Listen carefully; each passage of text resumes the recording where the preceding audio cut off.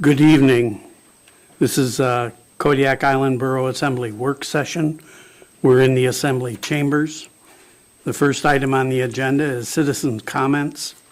You can call in at 1-907-486-3231 or toll free at 1-855-492-9202.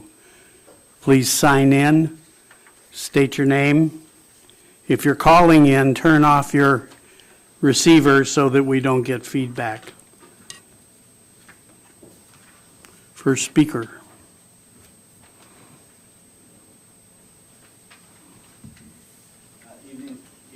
Turn on the mic. Good? Yep. Good evening, Assembly. My name is Eric Linscheid, and I'm on a committee for the Island Trails Network the committee is called the Kodiak Island Short Trail, and it goes from Pier 3 to Woman's Bay, and it used to be called the Connecting Community Path. So in 3 minutes, I'm going to just give you a quick overview of what we've been working on. So right now we have a funding source, and it's for a planning and design project that will be highly competitive, and we think we're a good match for it. So we want to put together the strongest team possible for this application. And at this point, we have a Kodiak High School graduate who donated enough money, which is being used in part to hire an engineering firm, which we have already signed the contract for. And the engineering firm has a Kodiakan as the lead. And it's to write a grant for the planning and design for a $2 million grant that is allocated through the Department of Transportation. And the grant is due June 17th. So to be competitive, there are 3 must-haves. The first is we need a lead applicant that is either a tribal entity or a municipality. We need, number 2, project partners to help with the implementation. And 3, we are looking for matches. And matches are 20%, or that'd be approximately $400,000 at $2 million. So at this point, this is a discussion. We're not asking for any commitments or anything else. It's just an awareness presentation, and one of the goals is to cut the match into biteable sizes. So just a quick little history of this, the compelling reason why. In 2011, the Kodiak Island Borough published something called the Kodiak Road System Trail Master Plan, and it was a culmination of 2 years of work by the Planning and Zoning Committee, and the trail that we're talking about was actually in the plan. So this goes all the way back to 2011. And they actually talked to the community over almost 10 years to put this whole plan together. And the purpose, this is right from the trails plan itself, the purpose of the Kodiak Road System Trails Plan is to ensure continued access and maximum use of trails by all citizens. And it continues and it says the KIB can act in large part as a coordinator or conveyor of other trail planning, improvement, and maintenance efforts, but ultimately others in the community will need to commit in sharing the implementation of the plan. So we are reaching out for other partners, and just a quick thing, we have over 700 volunteer hours. We've cleared all the trail from Lake Louise to the Coast Guard station. We have put in 8-foot wide gravel rolled path from the Coast Guard base to Peterson. We've got 2 grants from the Kodiak Community Foundation for over $15,000. We just submitted a $150,000 grant to the Denali Commission, and we are talking with the Innovative Readiness Training staff, which is the military training program, and right now Alaska Care, they're here for Alaska Care to go to the villages. So we're working with the IRT to see how they can help us. And that's it. Thank you very much. Can we have the phone call, please? Answering a call from the queue. Good evening, Assembly meeting. You're on the air. Please state your name for the record, please. Yes, good evening. This is Gina Johnson. I'm in Kodiak. Go ahead. Yes, I'd like to address the Assembly to freeze the squeeze on the mill rate. Also to increase the senior citizen exemption amount. That figure has not fluctuated and it should be increased accordingly. And too many of our senior citizens are forced to move away due to not only the high taxes, but the high cost of living here in general. It's not always in a person's best interest to have to leave because of it can take an effect on their health, and moving away from family and longtime friends and being in a familiar place. And I also do not think you should fully fund the school. The school needs to be accountable and show you the need, and not just have their hand out and demanding that you fund them. That's all I had. Thank you. Thank you. Anyone else? Hello, my name is Steve Paulson. I'm also on the board of the Island Trails Network, and I'm also a member of the Parks and Rec Committee for the Kodiak Island Borough. And I do want to mention about the Kodiak. Sorry. I do also want to briefly discuss and perhaps fill in a few blanks that Eric was unable to talk about given the time. HDR Incorporated is the company that we are contracting to lead this. I encourage you to look them up. They are a global engineering firm, and they have a huge impact on projects within Alaska, very similar to what it is we're doing, specifically trails. And so we are confident that they will be able to pursue this ATIP grant. That's the Active Transportation Infrastructure Implementation Program, and it's a very competitive grant worth about $47 million. This is the same organization, federal organization, that is funding the Rails to Trails program that you have probably heard about. Nevertheless, we've been told that our project looks very, very good. So I would encourage the borough to get on board with the Island Trails Network. We are unable to submit this ourselves. We must have a lead applicant. It's looking like a native group would probably benefit us the most. Nevertheless, we need local government to get on board with this, and we're working with you, of course, but and we also are working with the city right now. And we've received several letters of support from various organizations around the city, including Kodiak National Wildlife Refuge, the Coast Guard, Discover Kodiak, CANA, NOK, Brown Bear Trust, and lots and lots of benefits here. So you'll be hearing back from Parks and Rec through the planning and zoning on this. I believe it will rise to the top of the list, and everybody's talking about it. So thank you for your time. Thank you.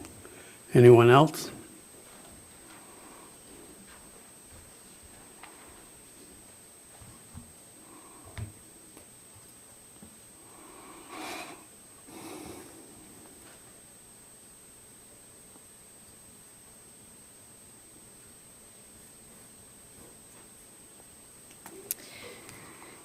Hello and good evening.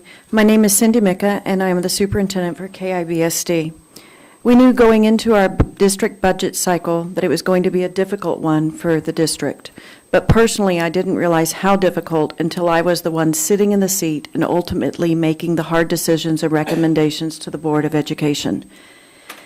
Not receiving a BSA increase last year from the state of Alaska and having the one-time funding cut in mid-June exacerbated the funding crisis that we faced.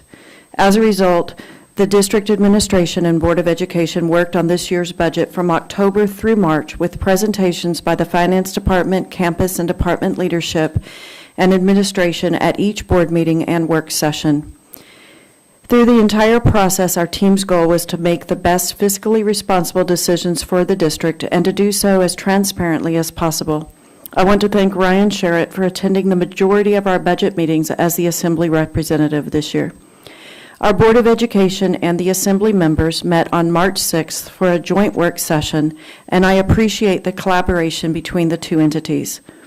Following the joint work session, the Board of Education passed our preliminary budget on March 11th, a budget that is based on a $300 BSA increase, 10% increase in health insurance costs, and a $2.7 million use of our fund balance. Additionally, To reach this budget, administration cut $4,120,940 in expenses that included reductions in positions inclusive of teachers, classified staff, and administrators, as well as reductions in travel and supplies across the board. To balance the fiscal year 25 budget with all these taken into consideration, our ask to the borough for local funding is $12,316,558. While this is a $111,314 increase over the fiscal year 24 funding amount, our ask for local funding is below the cap at 93.51%. At the time of our audit in October, we had a little over $7 million in our unassigned fund balance. Our fiscal year 24 budget committed roughly $2.5 million to balance the budget, leaving KIBSD with a $4.7 million fund balance expected for fiscal year 25.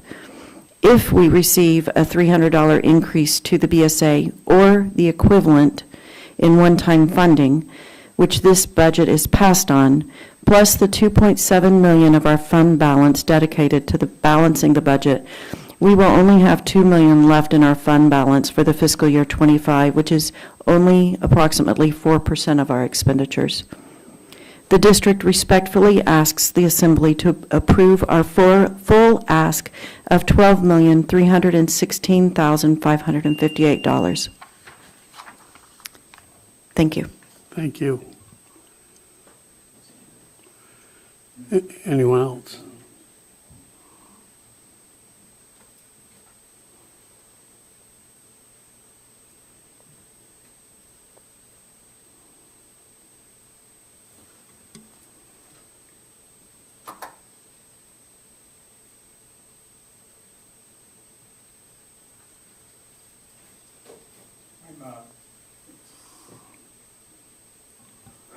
I'm Richard Karstens. I'm the board chair for Fire Protection Area 1 Board, and I know you'll be reviewing our budget this evening, and I would just like to give you some statistics to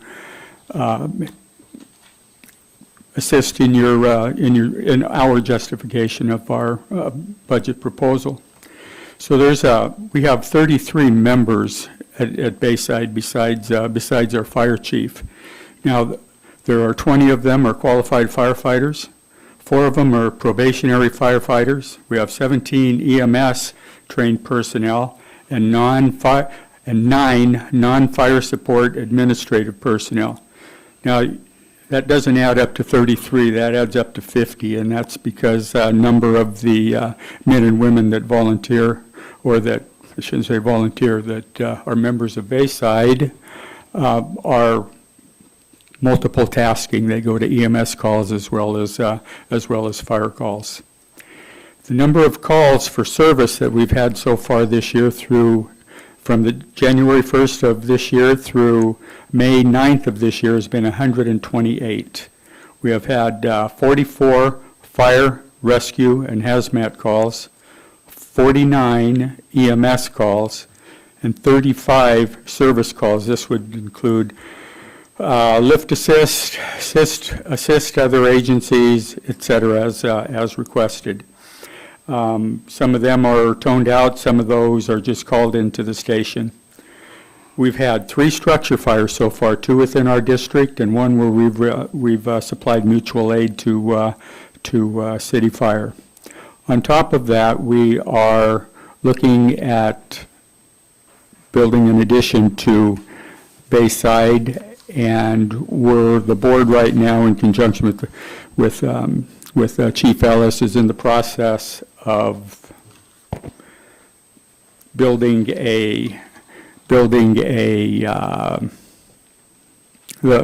final plan, and maybe we will be introducing that to possibly put on the CIP list later on this summer when they have those meetings. Okay, thank you. Thank you. Anyone else?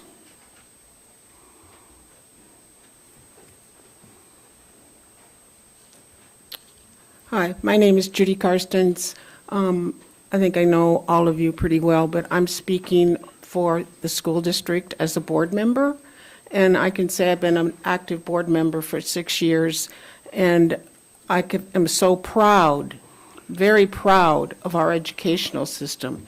And when it came to the budget this year, our previous superintendent had told us that we were going to meet a fiscal cliff, and we've met that fiscal cliff.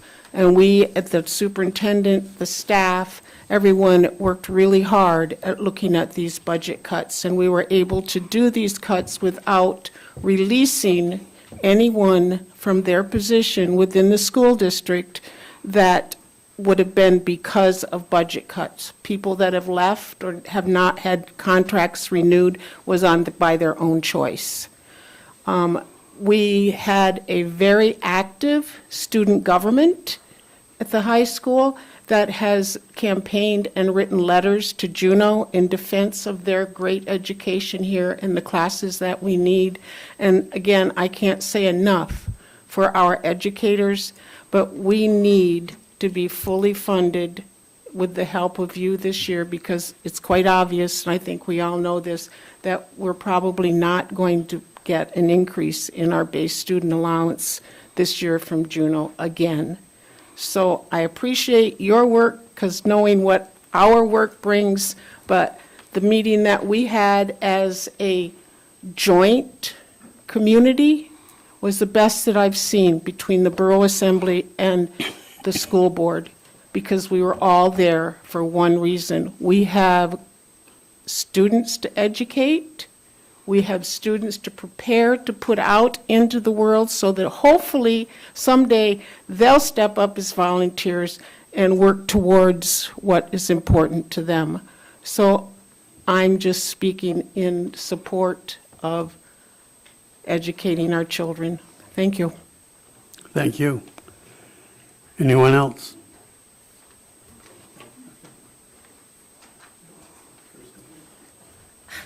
Jeez.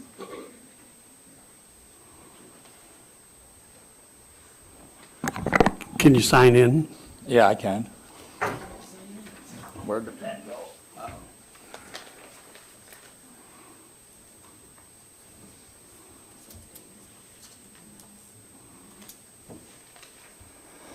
Good evening. My name's David Heumann. I live out in Bells Flats. I'm actually on the Women's Bay Service Area Board. We've had an ongoing issue, which I'm sure you're aware of, the flooding at the mouth of Sergeant Creek Road where it dumps into where it meets the highway. We just had an issue April 18th with it flooding over again. So my concern is it was removed from the CIP list, to my understanding. We don't know why. We didn't hear anything about it. It just didn't show up again. Didn't show up again this year. So my concern is someone's going to get hurt there. I mean, the water, it varies as to the flooding event, time to time. But I've seen school buses going through there, rooster tails, cars. I haven't seen anybody float off yet, and God forbid they ever do. But you guys know what's happening, and there's trying to be some work done with the state to realign the bridges and the roads and all that, but this is an ongoing concern, and I just want you guys to know about it. And the fact that it's not on the CIP list, so it's not even on the register anymore of anybody's consciousness. Thank you. Anyone else?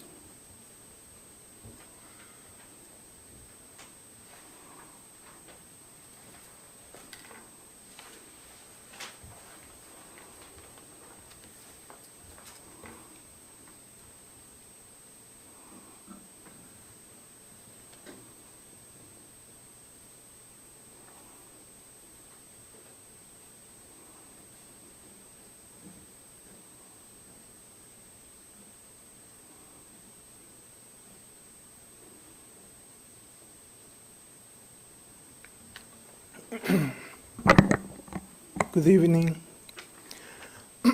My name is Carlos Benjamin Cruz Escamilla.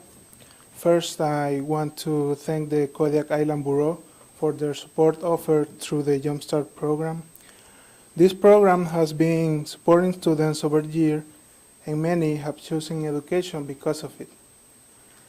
As one of those students, I would like to share with you how this program has changed my life for the better.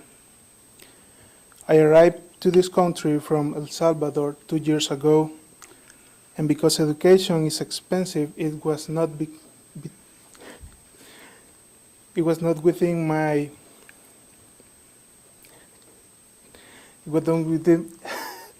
okay, I'm sorry. It was not within my first options when deciding what to do with my life. I was about to discard education because of funding, and I know my case is not unique. It was until I talked with Kodiak College financial advisor that she told me about the Jumpstart program and other scholarship opportunities. Since then, I have been enrolled in Kodiak College for a year and a half now. I have successfully completed 2 semesters as a full-time student, and I am halfway through my Associate in Applied Science degree. Sometimes education is not about motivation, it's about money. I know the budget this year is very tight, so I wanted to personally share my story with you to help you make the best decision when determining the Borough funds. We live in a small community, and I am from the smallest country in Central America, so I know that small is a synonym of limited.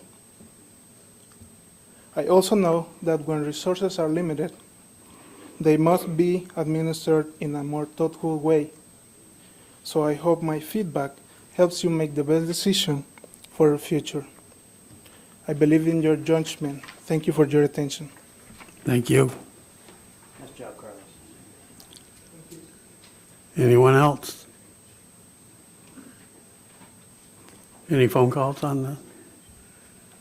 Okay, we'll close the citizens' comments and move on with the agenda. First issue on the agenda is the school district funding request. Who wants to bring this up? Staff report? I don't think we need one, do we? I think of a memo from Cindy. Yeah, we have a memo. Maybe Cindy could go over that again. Go ahead. Thank you, Mr. DPO. I'll go ahead and kick this off. As Dr. Mika alluded to earlier, I have been in attendance in some of the meetings. I apologize, my work schedule has kept me from all of them. I'll echo some of the comments that we've heard actually on both sides. So, We're now answering a call from the queue. Hi, Scott. Hi, how are you doing this evening? Good, thank you. You're on the air. Thank you. Okay. Stand by. so the school district is asking for $12,316,558. This is a $111,000 increase from FY24. My attendance in those meetings, boy, talk about a range of emotions. So we heard public testimony through these school Board of Education meetings, rather, and very emotionally charged. So I don't anticipate our discussion this evening to be anything less of emotionally charged ourselves. The bottom line for the request, in my personal opinion, is that the state continues to be elusive in their commitment to education for the school districts across the state.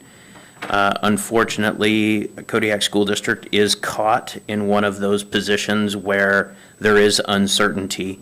That uncertainty is felt across the labor of the school district, several hundred teachers and staff, and it is a very difficult budget item to discuss because it's one of our single largest budget items. We have the obligation here to balance out our taxation through our sources of income and how the school district represents our single largest item.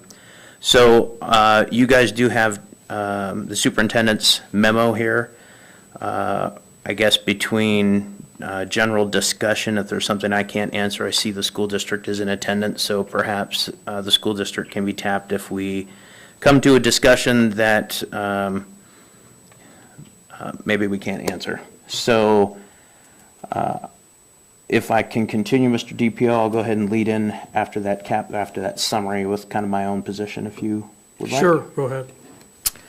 So I have struggled with this funding personally for many months, and hearing the testimony from the teachers and the students and the public, there's no right answer for anything less than a full request. But I would like to propose an alternative.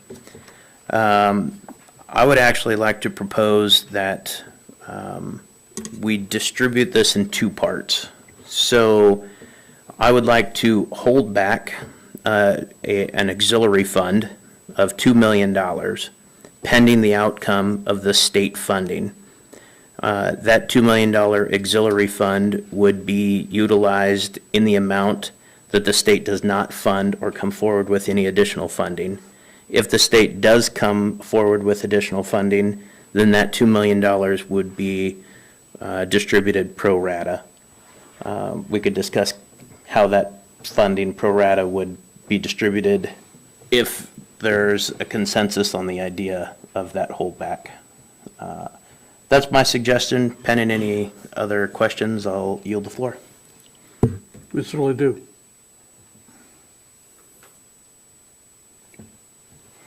Thank you.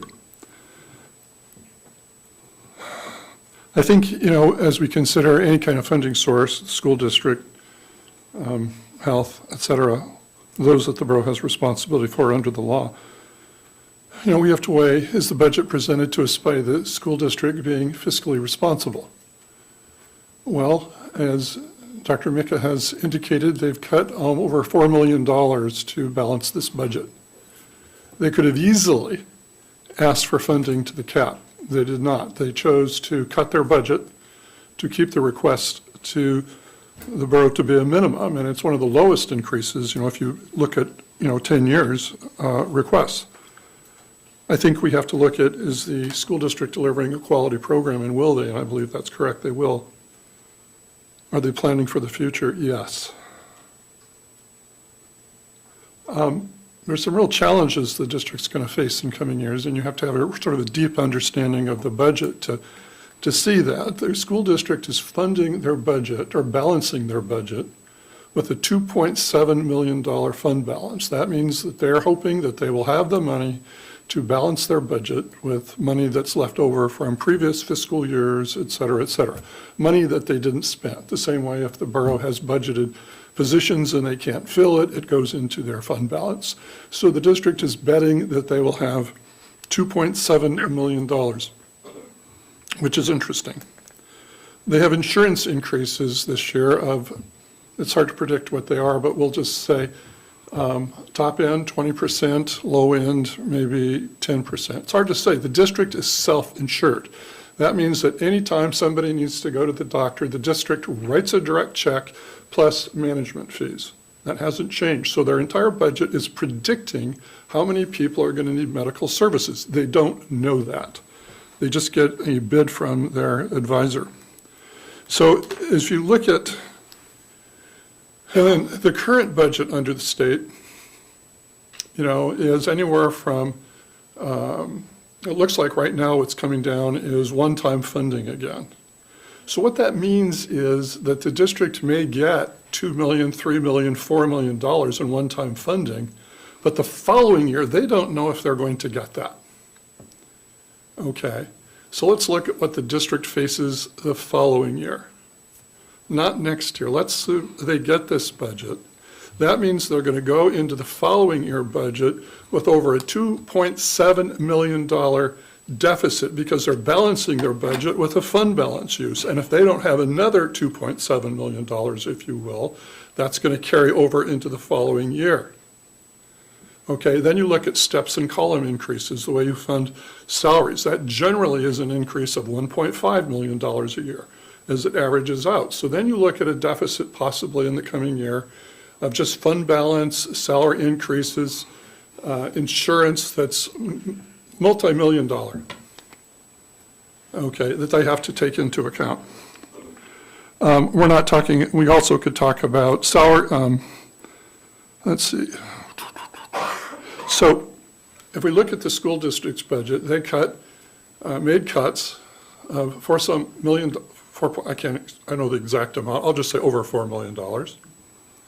Their use of the fund balance of $2.7 million is unprecedented, because you've cut $4 million this year. You go into a budget cycle next year, and if you don't have that money for the following year, you're going to have a massacre on your hands, because where are you going to cut another $4 million out of the budget?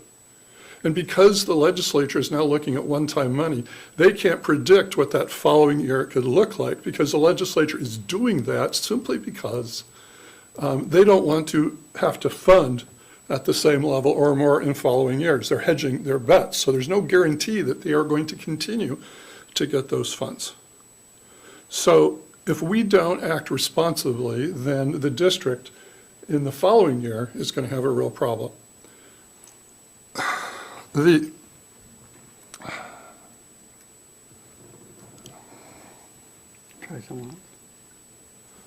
other thing to remember is that the district has asked for about half of what the legislature is currently proposing. Sandy, or I'm going to look at you sometimes, if that's okay, to get numbers, but I believe right now, currently in the budget is 1 point funding of $600 increase in the BSA, but only one-time funding. Okay, which is about double what you've predicted in revenue, because you predicted half of that. So what one assembly member has suggested that we hold off on that money. To tell you the truth, you're going to need every penny of that to balance out your fund balance use that you should never have to use in the first place.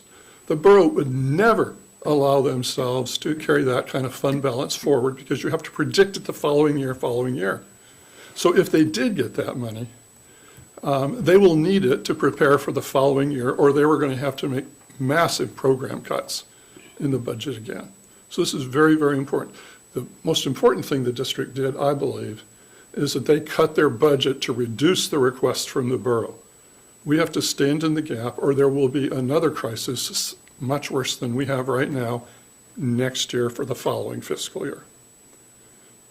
Just if I can ask a question. Sandy, have I said anything incorrect in terms of the budget and the numbers I'm throwing out? I know I'm throwing out general numbers. No, you have not. Now, we look at a $4.2 million deficit for fiscal year '26. Thank you. Anyone else on the assembly? Mr. Whiteside. Thank you. I agree with, I'm receptive to the idea Mr. Sherritt has proposed. I wouldn't mind seeing what that looks like in the coming weeks here. I think it's actually a very good idea. That said, I don't believe what the district is asking is unreasonable. I can't commit to that at this very moment. And the reason I say that, it isn't for lack of effort. Clearly, the effort was made to identify cuts that were are likely going to be painful and felt at the student level. However, I keep reminding myself that the community is struggling right now in all areas. And when I think of the word community, I think of everyone shares the benefits, but everyone also has to share the burden. And this is one of those scenarios where we've had numerous people supporting the school. Students did a great job of coming up and letting us know how important this funding is to them, and the educators.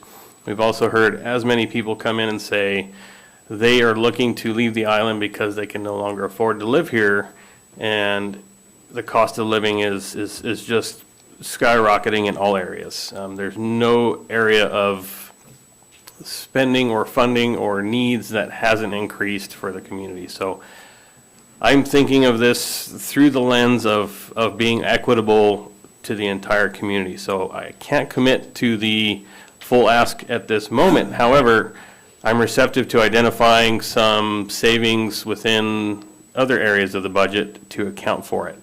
So if we do dig a little deeper and find some savings in other areas, I would be more receptive to the full ask. But currently, I'm really wanting to see a reduction in the mill rate because people need to come up for air.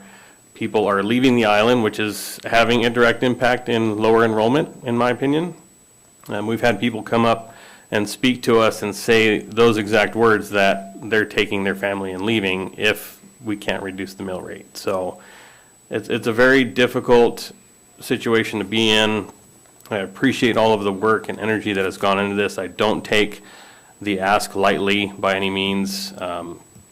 I'm, again, to reiterate, I'm receptive of Mr. Sherritt's idea. I'm receptive to the full ask, but I do want to see some savings achieved in other areas to accommodate it. Thank you. Mr. Turner. You know, I always hate this part of the discussion. You know, we haven't figured out what the tax roll is going to be. We don't know what numbers we're going to be calculating off of. You know, I have a number in my head of what I think the increase is over last year. Probably wrong, because we haven't gotten that information yet. We've gotten something close to, maybe, possibly. I think the question that everybody up here has to ask themselves is, you know, we talk about mill rate this, mill rate that, reducing the mill rate. What is the mill rate that you're looking for? We're at 10.25. Is it 10? Is it 9.75? Is it 9? Are we looking at 8.5? You know, and we have a lot of different items that we've passed over, we've discussed, we've had conversations about, we've played with different scenarios.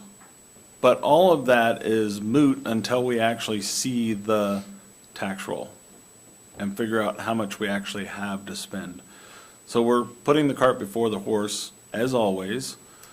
And so I believe that there was a meeting last night to discuss the tax roll. But we haven't seen anything from that yet. At 15, if I can remember, it was 15.5 or 15.8 last year on the tax roll. At 10.25, we would be over the MAPTR, like well over what our maximum allowable spending is, okay? If you are at 10.25 with 15 and over your maximum allowable, then there's a lot of things we're not going to be able to fund. But if we're at somewhere between 16, 17, 18,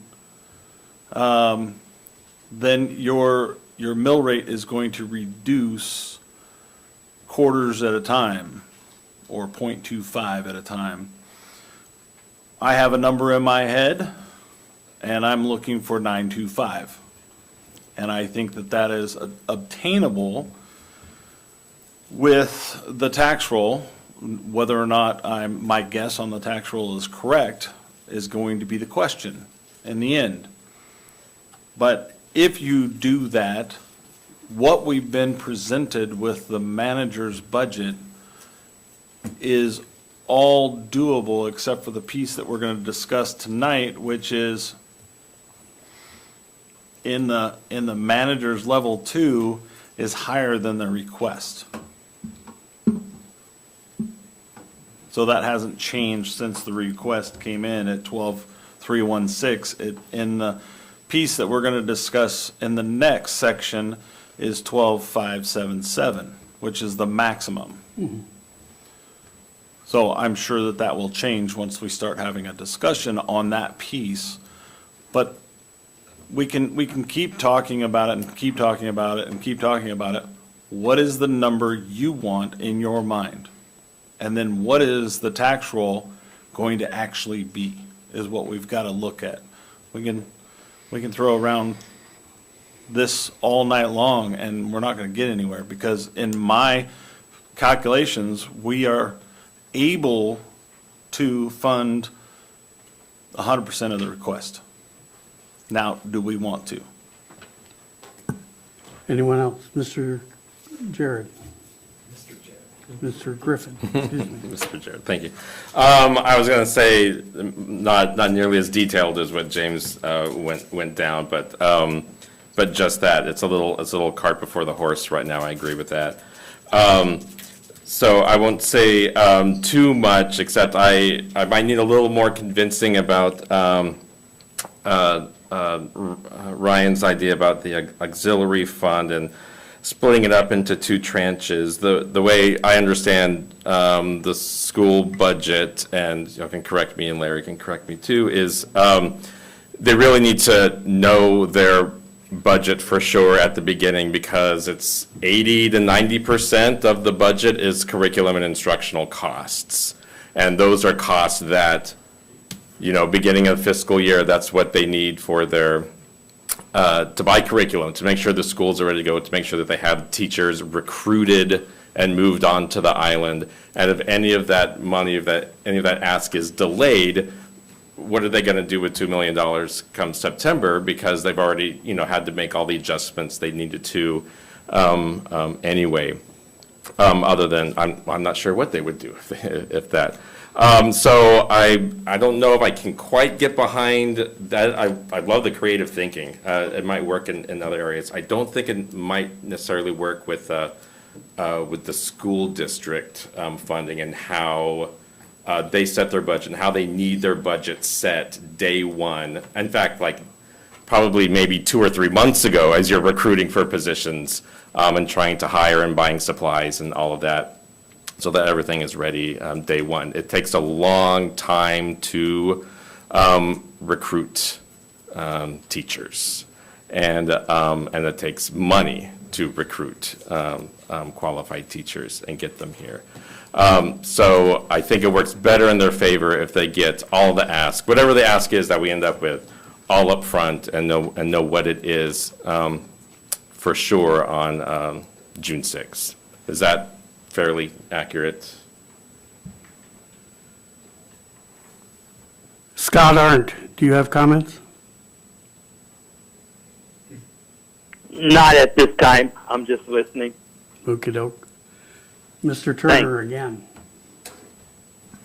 So I guess what I forgot to mention is we've done that before. We held back or had discussions of doing that. And then the school district gave us money back in the end. But there's a minimum, isn't there? And do we know that number? Yes. And a max. I'm sorry? And a max. And the max. But doesn't that bring that under the? Okay, 4 and 5. Okay. It was escaping me. I needed the answer. Thank you. Okay, Steve, did you want to comment? Well, I'm trying to clarify something with Mr. Sherritt. From what I understand, we would be able to give the school district a number. It's just whether it would come out of the reserve pot or the state pot. And that's why you wanted to create a reserve, is so if the state didn't come through with the money, it would be there. But for their planning purposes, we could say X amount. The question is whether it's coming from, what part's coming from the state and what part's coming from the borough. Is that correct? Yeah. Thank you, Mr. DPO. Yeah, if I can go into a little further elaboration, I wasn't aware that we did this before, so. We haven't done it before. We have not done it before. I said we had discussions about it before. Okay. Never. All right. So. Didn't work then either. Well, if we keep doing what we're doing, we're going to get the same results. And if you're comfortable with that, I'm not. I am. So the way a holdback account would work is essentially in the beginning or the infancy stages of the budget planning process, they would be able to say they have the full amount. During the budget revision process is when we would be able to essentially true up the accounts between what the state has provided and what is in that reserve or auxiliary account. I'm actually wanting to do something a little further. I didn't go too deep in the weeds to distract this. But I would actually fund this through different mechanism. I would actually fund the auxiliary account through a deferred maintenance because we don't do deferred maintenance at the borough. So I would actually take the funds from deferred maintenance and put it into this $2 million auxiliary account for the funding of the school district. So we would actually still reduce our budget by $2 million and be able to give the school district their full request if the state didn't come through. So that's large and audacious. However, it's thinking way outside the box. Did that answer your question, Mr. Ames, about the kind of the intent behind the auxiliary account? Thanks. One thing that's not taken into account is the $4,200,000 that they've cut. If the state was generous and gave them more money, I would think they would need to look at that $4 million and try to correct some of it because it was quite painful to pull it out. And I have some extra information because my wife's on the school board and suffered through these discussions. And so did I. Thank you. Any other comments? Mr. Ledoux. I think, as Assemblymember Jared indicated, it's very important for the district to have an amount to balance their budget. What you haven't seen in the budget because of these cuts are what the district had to put on hold in order to make their request as small as they did. Again, they had the option of requesting all the way up to the cap. And they chose to cut the budget so the borough would have a small number presented. So instead of having $1 million request, we have a little over $100,000. So that's a positive statement on their part and accolades to the school board and administration for choosing that route. However, I doubt there's any money in the budget for curriculum. The district has probably close to 3,000 electronic devices that have to be replaced from time to time. They can't put that in the budget because just a math curriculum change would require an increase of the budget over $1 million. And if it was language arts, it would probably be close to $1.5 million. And that doesn't include the training that are not included in the budget because if they did, the request would go out of this world. So what they do and how they make those purchases so that they don't generate large requests, they use fund balance. They use extra money that they have to do. And obviously, they can't do this.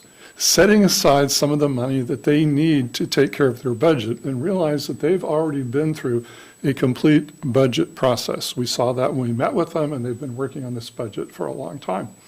And I think it's very, very important, and I have not learned what I'm saying by sitting at a few budget meetings, that when you do your budget, you have to think beyond the next fiscal year for the following fiscal year, or you will create a budget that will bankrupt the district, period.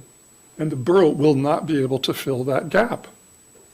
They will not have the money. The community will not have the money to fill it. And the only thing I would say, too, is what Mr. Turner says is absolutely correct. We don't know how much money we have. We haven't set the mill rate. We know that property values have went up extensively, and I think everybody on this assembly is committed to lowering the mill rate. That's clear. The real question tonight is, has the district made a responsible, fiscally sound budget? The answer is absolutely no. They have not. Because any district that would try to balance their budget with $2.7 million fund balance, they would not do that. But they have to do it in order to balance the budget. They have to do it to lower, to face the reality of what's happening. But they will not be able to do that in the following fiscal year, and the borough will not be able to fill it. And I will say this one thing. The district has almost 2,000 students in this town with parents. And I guarantee if you have children and the schooling starts to fall apart, then you're going to see people leave this town. It's very, very important. But again, we don't know what the mill rate will be. I believe, though, that the district's budget is sound. It's not a budget that they want to do. They do not want to have a fund balance in our budget. And I think we have to take a close look at it. The next step, as people have said, we need to look at our revenue and see what we're going to do. But please understand, this is not a budget that the district wants to do. They're underfunding their curriculum, they're underfunding their replaceable supplies, they're underfunding almost everything that's not related to the classroom already in order to reduce their request. So from that respect, it's not a good budget. But I do believe it's the best budget they could do, and it's fiscally responsible as far as their requests to the borough and what they expect from the community when times are tough. Thank you. Mr. Sherritt. Thank you, Mr. DPO. I'll assure you that I did not learn budget tactics from a few school district meetings. I want to be very clear that I am not proposing to reduce the request. I'm proposing to alternatively fund it. The reason, again, I will re-emphasize the rationale for this, is that I believe that we can take the other $2 million from funds that the borough uses in order to fund the full asking amount. We have, and we will see later tonight in our presentations, we have some excessively overinflated, unutilized, uncapitalized budget expenses that exist in our discussion tonight, and we can find some money that comes from there. So as we listen to what the school district is asking, I am not debating anything that has been set up here, from the complexities of the budget process, from the reasonability of the request. I believe that they are rational. I believe that they are sound. I know the process they went through. I saw the blood, the sweat, the tears, metaphorically blood. I saw what that process does and what it consisted of in just those few budget meetings. And so I do agree with the dollar amount. I do not agree with the funding of that dollar amount and how we do it as an assembly or as a governing body. I just want to make that explicitly clear. Thank you. Thank you. Anyone else? Moving on. Oh, Mr. Griffin. I want to echo something that Mr. Smiley said, that what money you get if I think it's even though, yes, the legislature passed a one-time funding equivalent to a $380 or $680 increase to the BSA, right? Odds are the governor is going to whack that. So, but in case he doesn't, backfilling what was cut, I agree with Mr. Smiley, Dr. Smiley, that we should do, especially the counselor positions. If I can just kind of throw that in there. I can't say that. No, yeah, no. But I wonder if, and I like the merit of Sherritt's idea. I wonder if is this, dividing it up or deferring part of it in one way, does that kind of, does that put the majority of it, or let me rephrase that. Does that take the deferred amount of it, $2 million, out of the kind of mill rate calculation for public school support? So it kind of masks how much education really costs, and masks in a way how much the public is actually funding if it's not tied to that mill rate calculation. Maybe that's kind of maybe a question for Dora, or I'm not, how, does that make sense? Maybe we can focus back on the school district budget, not on new ways of funding it that way. Because we could just go on forever about that. And we have a bunch of other things that we have to get through in the agenda tonight. Well, I'm just trying to understand. Yeah, the I understand. implication of Ryan's idea. Since it's on the table. It's also the next thing we're gonna talk about. So let's go. Okay, moving on to budget discussions. What?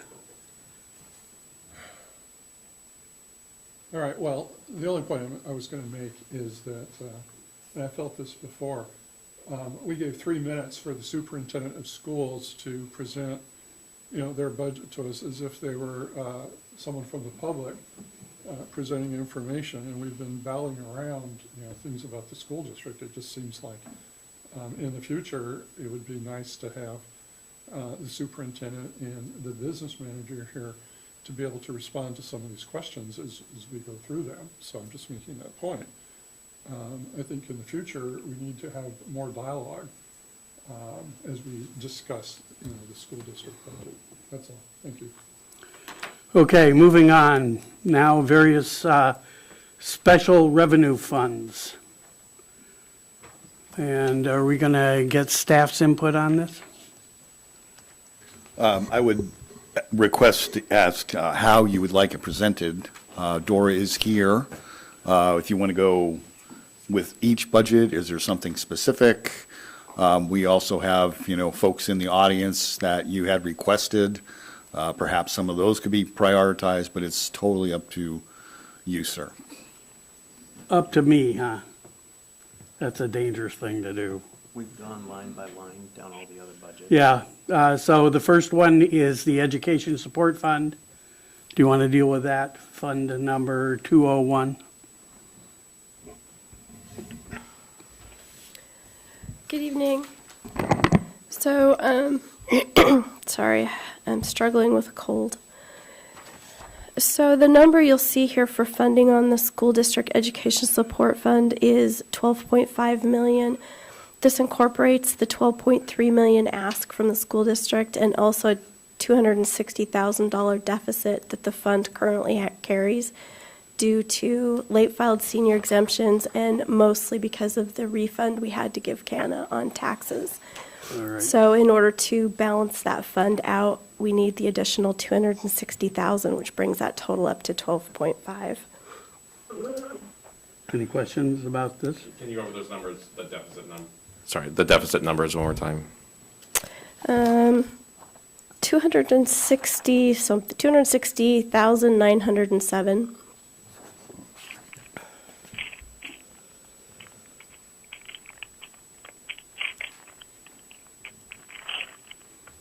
Okay. Everybody happy with that? The next one is Women's Bay Road Service District, Fund number 240.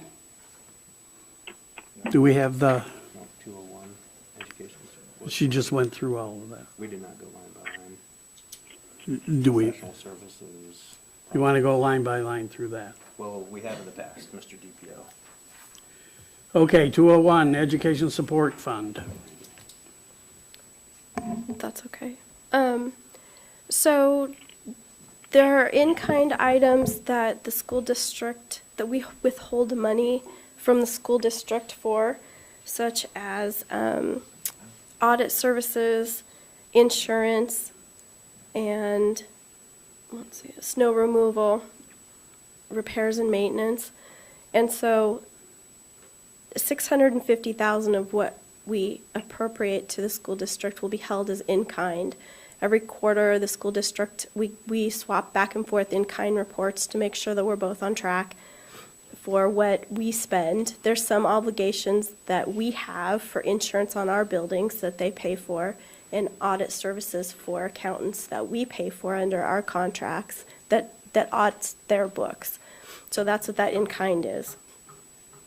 So we've budgeted $55,000 for audit services, $300,000 for property insurance, $180,000 for liability insurance, $1,000 for mobile equipment insurance, $50,000 for snow removal, $44,000 for maintenance. The $269.07 is the needed amount to bring the account out of a deficit position. There's auto insurance for $20,000, and then that leaves the appropriation, which is doled out monthly to the school district, of $11.6. At the end of the year, if we have not spent $300,000 in property insurance, then they get the balance of that in cash at the end of the fiscal year. If they have more expenses, if there's heavy snow and we do lots more snow removal, then there's an amount that they pay us back over the appropriation amount of 12 point whatever we give them. Any questions? Mr. Griffin? Can you explain the mechanism that led you to that $260,000 amount for the contingency? Was the Canis element spread out over all of the funds? It was, and the $260,000 is the portion that hit this fund. So there are other funds that took a hit on that distribution as well. And you also mentioned the senior and DV exemptions also as part of that, but those didn't affect the fund in 2022 or 2023? Because there was some balance in there, it Okay. does, but it doesn't. There's always some balance in there, so you won't always see it. It doesn't always go to deficit. This just happened to be a large settlement payout this time. Okay, thank you. Any other questions on 201? Okay, moving on to Fund 240, Women's Bay Road Service District. Is the chair of the Women's Bay one here? The chair is not here. We do have two members of the Service Area Board, if you would like to ask them directly. Who wants to present this? Dora? I can present it. Okay. I can tell you that this is requesting a mill levy increase of 1 mil due to 0.75. I'm no longer on this board, so it is an increase, and it is due to the condition of the roads coming apart out there. Their asphalt is over 40 years old, and it has reached its life. So a very large portion of this road service budget is paid for by that. I will also say that this particular service area also supports the fact that they put the barricades up when it floods. They do all of that things to try to protect the public going in and out of there, hence the discussion about the Sergeant Creek area and how it's impacted by large tides and large rain events. So that's also a portion of why they're requesting that fund balance increase, or Thank that you. mill rate increase, excuse me. Mr. Sherritt? Thank you, Mr. DPO. Mr. Conrad, can you explain to me the difference between a paving project in a service district versus a paving project that would be a capital improvement project from the borough's perspective? Why would we not look at this as a capital, sorry, let me be more specific. Why would we not look at paving a large area as a capital improvement rather than specifically the way you have it put it in here for service district funds? I believe it's been patterned the way it's been done in the past. It's always been an individual service area item. The only time that I'm aware of that it's been done capital is when it was a straight grant-funded resource. So in other words, 40 years ago, when the roads were paved out there, that was done with ICE-T money, and that was all capital project. I don't actually know if the paving in Service Area 1 that's been done over the last several years was done via capital, but I believe it was done via match for the individual service areas. May I continue? Yeah, Mr. Arndt can probably answer that one, but go ahead. I specifically would like to see that paving removed from this, and I would like to see it into a capital improvement, with the reason being is that there's more transparency when we remove larger projects or projects of this nature, in my opinion. There's more transparency for public weigh-in. I feel like the service districts, and this is going to be a uniform feeling all night tonight, so I apologize in advance.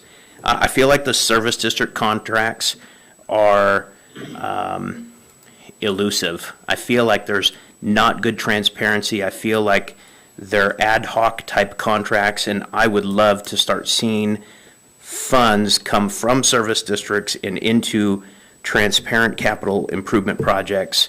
And I would not pass this, I would not vote for this budget as it is with paving in here. And I'm also steadfast against a 0.75 mil increase. We are in the, in my opinion, again, we're in the financial responsibility business sitting here on the assembly, and to continue raising taxes and not doing so, in my opinion, in a financially responsible manner, I will not be voting for any type of a mill increase, whether it be service district or other. Thank you. Mr. Manager, or Acting Manager, I thought the CIP list was for state funding for state roads, and there aren't any state roads in Bells Flats, are there? No, that's not correct. That particular, first of all, I don't believe there's any paving in this budget. I'm just going off what you just said. No, what I was getting at was there's no specific item within this budget for paving. There was a capital item on the CIP list for the paving of Middle Bay Drive and Bells Flats Road, and that was actually vetted through the state of Alaska, and it was a project that was recommended to the borough, to our engineering department, and we worked through it with the state of Alaska. So there is CIP money that's potentially available. What they're referring to is that project was in the CIP, but it was removed without discussion. So that's what the reference is to. Thank you. Mr. Whiteside. Thank you. I'm a bit confused now for the reason for the mill rate increase through the DPO and AO to the service board members. If one of you are willing to come up and maybe give us a little more clarity, I'm just curious what the ask is being made to, what that increase is going to fund specifically, and did you receive public input, and is there a meeting I can refer to get more information about that?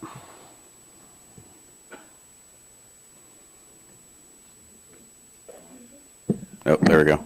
Can you identify yourself? For Yeah, Jason Chandler. I'm not the chair, but a member of the Women's Bay Road Service District, or Road Service Board. I guess I'll try to answer your question. The money, as Mr. Conrad said, the roads out there are in really poor condition. We're spending probably 30% of our budget every year just on asphalt repair and maintenance.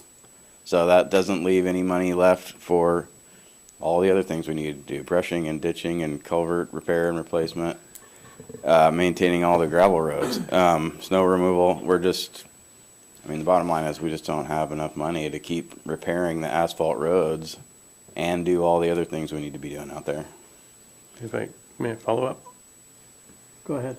Did you receive public input for this, and is there a meeting we can go back and stream or listen to? Specific to this issue? Or? This went through the regular budget process. I, as an ex officio, do sit in this. There was no public came to any of those meetings regarding the budget, but it was discussed in the proper fashion in advertised public meetings. Okay, thank you. Correct. Did you want to follow up? Not at this time. Okay. No more questions? Thank you. Thank you. Any other concerns with Women's Bay? Mr. Yes? So You're representing the Women's Bay Road Service District, or not you, but that's what's before us right now. So if their roads start to decay, and I think everybody in Kodiak knows what a road looks like when it starts to decay with potholes, if you don't have the funds to fix it, what will happen? Likely what would happen is, what my suggestion would be, is that they would go and re-mill that asphalt that's currently remaining and place it down as recycled asphalt, and then attempt to maintain that, so until or if they could possibly continue to receive additional recycled asphalt. So is it safe to say that if you do not have the funds through this milk rate increase, that the road will continue to decay, and you may not have the funds to repair it so that people will live there? There would be safety concerns, bus concerns. Yes. Excuse me?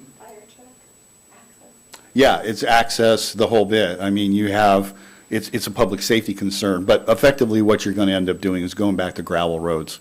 And gravel roads cost money. Asphalt roads cost a whole lot of money to put in, but there's less maintenance on those asphalt roads for a period of time. Just so I can continue.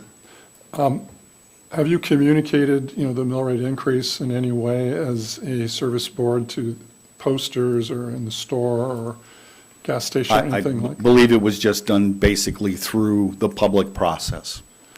I have attended these meetings for almost 30 years, and I could count on maybe twice that there's been more than maybe 5 people ever show up at a service area board meeting.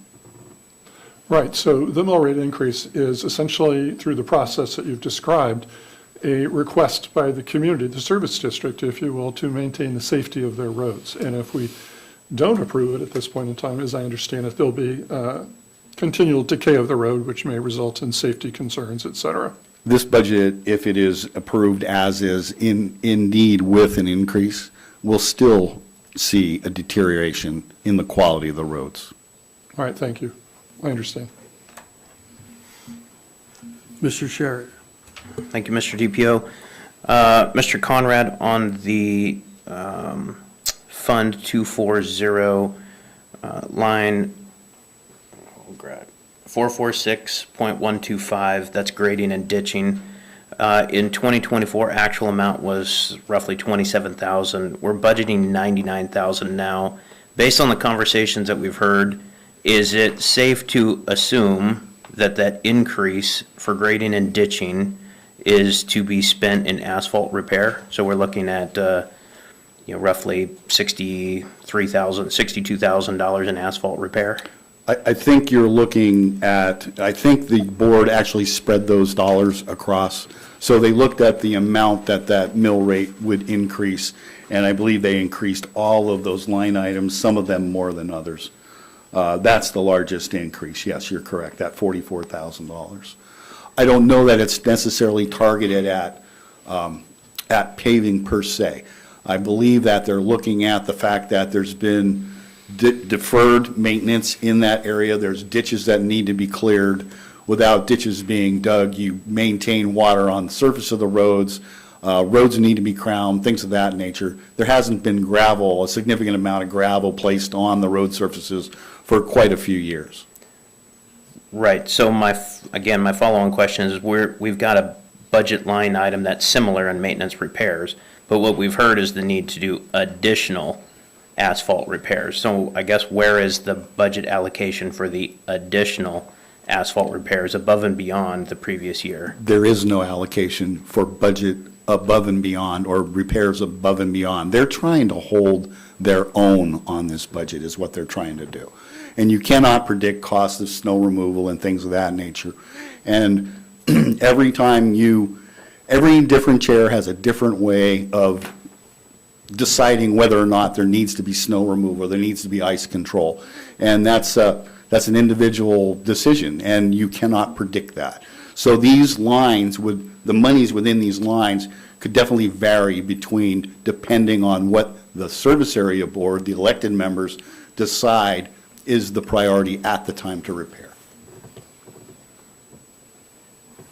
Does that answer you? Not satisfactory, but I'll just go leave it. Mr. Whiteside. Thank you, and I'm also trying to think ahead, and if we're going to advance discussions on disposing of land in the flats, I imagine that would compound the rate of decay going forward in the not-so-distant future if we were to open up that land sale and start developing out there. I don't know how that plugs into this discussion, but I just wanted to make sure everyone was aware that we are actively discussing developing land out there. So how that comes into play with the roads, I'm an advocate for public safety. I think that's the thing we should absolutely fund, is anything related to public safety. So just something for everyone to consider thinking more. Someone made a great point about school funding discussions is budget planning. Are we thinking of this particular topic and road repairs right now, or are we also thinking about if we were to dispose of some land out there, the amount of traffic and industrial traffic out there would probably destroy that road pretty quickly. Anything else? Not seeing anything. Shall we move on? I'm all in favor of.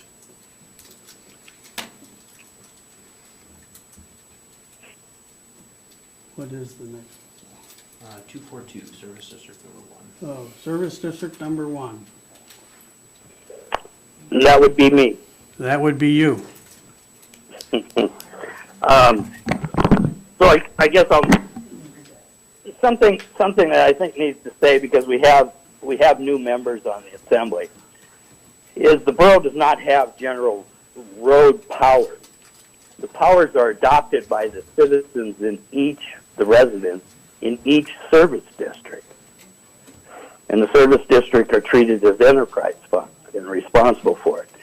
What I heard Ryan Sherritt ask about it being a capital project, and yes, it has been done that way. So for instance, like the fire district, when we've done additions or actually purchased a new fire engine, what has happened is money has been transferred from the fire district to a capital improvement fund, that then the money is expended by the borough audit. So the service district's done that. Service District 1 did a similar thing on when we had to pay for part of the pavement replacement on Salif Lane. There was a shortage of funds, and so we contributed to the capital project fund for that. So if Service District 1 did another paving project, the money would be, and it was funded by the service district and not the state through a grant, there would be money transferred from Service District 1 to a capital improvement project for that, so the borough could go to bid for the service district and perform the inspection services and everything else needed for it. So they're treated like enterprise funds on there, responsible for that. So I hope that clears part of it up on the way the service district works. On Service District 1, current mill rate is 1.5 mils, and we're proposing that the mill rate remain the same on there. Our three main expenses, similar to Bell's Flat, Service District 1 would probably be classified as the largest service district by the amount of money that we spend. Snow removal, we increased because we've been pushing the $200,000 that we've budgeted for the previous 2 years on there. So we bumped it up to $220,000. The repairs and maintenance at $165 we're proposing to leave the same, and the grading we're proposing to leave the same on there. There's surveys, we're increasing that from $12,000 to $20,600, and what that's for is we've got some ditching and right-of-way clearing that we need to do, and what we have found is people become very territorial in claiming trees on the right-of-way as their trees and their brush. And so we have to go in and have it surveyed and then go and talk to the residents and let them know what we're taking out and then do that. So it's part of that surveying is for maintenance on there, just so everybody understands that. So that's the main changes in the budget here. So I would ask if you have any questions, please ask me at this time. Any questions for Mr. Arndt? Mr. Sherritt? Thank you, Mr. DPO. Mr. Arndt, I'll address you as the service district representative instead of saying, hey, Yes, Mr. sir. Mayor, for all of these questions, if that's okay But with you. he's a weak mayor. No problem. So in maintenance and repairs, our actual amount for 2024 is $30,000. Call it $31,000 for conversation purposes. We're looking at taking that $31,000 and increasing it to $165,000. Can you go into a little further detail with any specifics that you might be able to offer of why such a drastic increase? Well, it's not an increase. What we budgeted was for the current year is 165. It's the same amount as last year. Go back to 2023, we spent 123,000. 2022, we spent 185,000. What we're doing is we are running down our calcium chloride for dust control this year, and then next budget year we will be purchasing probably close to $30,000 worth of calcium chloride for dust control on there. That's also the line item that we use for the graveling the roads. And the last 3 years, we've put quite a bit of what we call E1, a little bit finer than the D1, gravel on the roads, and we built our crown up on the roads. We try to maintain between a 4 and a 5% crown on our roads to try and it seems to work pretty good for reducing the potholes. We've had a lot of rain lately, and then trying to get out in between the rain and dress the roads up is what we're doing right now. And we will be putting some more material on here. But the other thing that we are doing is trying to build up the fund balance. We have about $5 million worth of asphalt on the roads in Service District 1. The replacement value of that is probably $7 million. And we have approximately $1 million in fund balance. And what that partially would be used for is at some time we're going to have to do work on the asphalt roads that we have. Whether some of that might be through some assessments and part of it through the maintenance fund there. We kind of feel we need to build that maintenance fund up closer to $2 million. So any money that we don't spend goes into that fund balance that's basically helping to, I'll say, fund those future expenditures that would be potentially be capital improvements.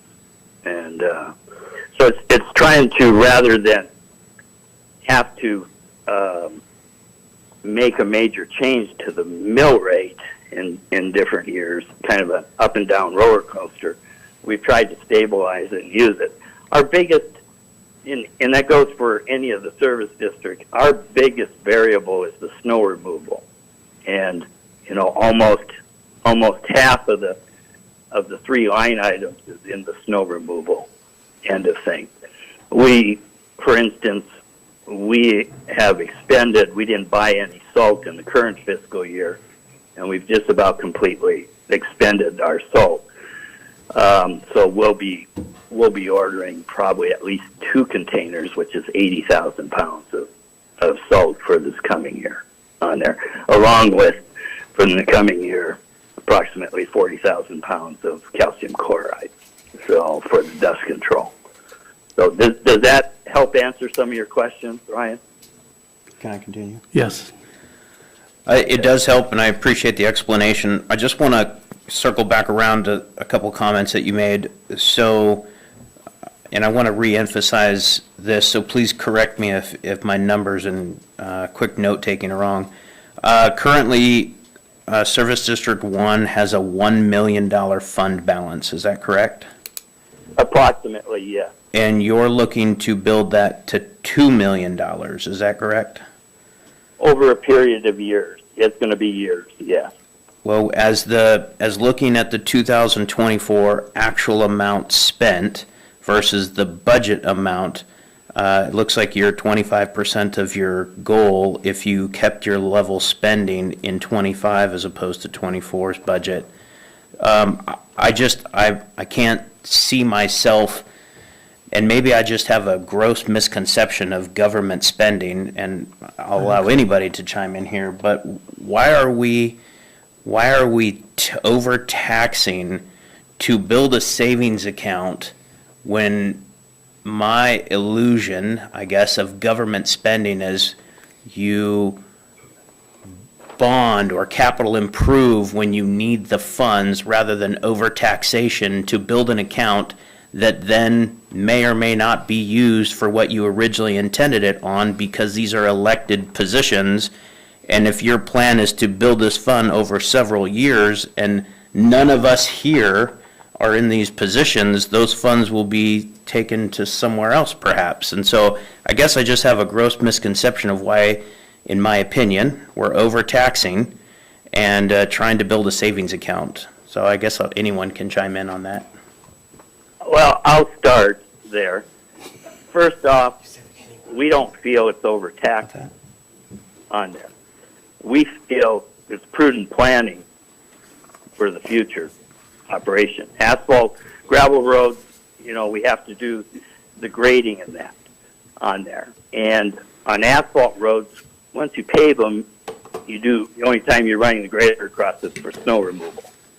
So, but there's a point where you have to replace that asphalt. And what would have helped is if Bell's Flats had created a fund that they were saving money aside for the replacement. Right now, they got major problems out there. We're trying to avoid that.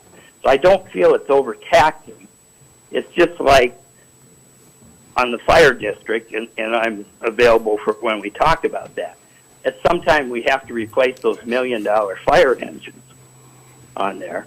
And the idea is to save money over a period of time rather than over a 2-year period, which is kind of the manufacturing of it. It takes approximately right now 2 years delivery from the time you order it till you get it. You're raising your mill rate a half to accommodate picking up an extra $500,000 over 2 years, or you're going to finance that over a period of time and pay more interest. I think it's prudent to have a savings account, which is similar to a fund balance that the Kodiak Island Borough tries to keep, and for operations and some of those rainy day account things. So I don't feel it's overtaxing on there. I think that's a misconception there. I think it's prudent planning, saving a little bit. Some years we have a lot more snow removal than we do others. Our biggest thing has not been the snow for the last 2 years. It's been the ice control. So the amount of sanding and salting that we've had to do that has driven our cost of snow removal up on there. So. Okay, I think that we're drifting off the main point here, and maybe we can stick to the main point. Are there any other questions about Department 224 Road Service District 1 expenditures? Mr. Griffin? Oh, I just wanted to say I agree with Ryan. Mr. Whitesides, did you have a comment? No, Okay. Moving on. Fund 224, Menasha Bay Service District. 244, excuse me. Anybody here from Menasha Bay? You want to come up and tell us about your wish list?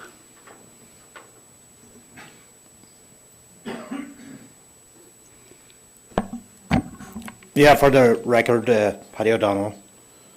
I'm chair of the Menasha Bay Road Service. There's only two of us there. There was only me last year.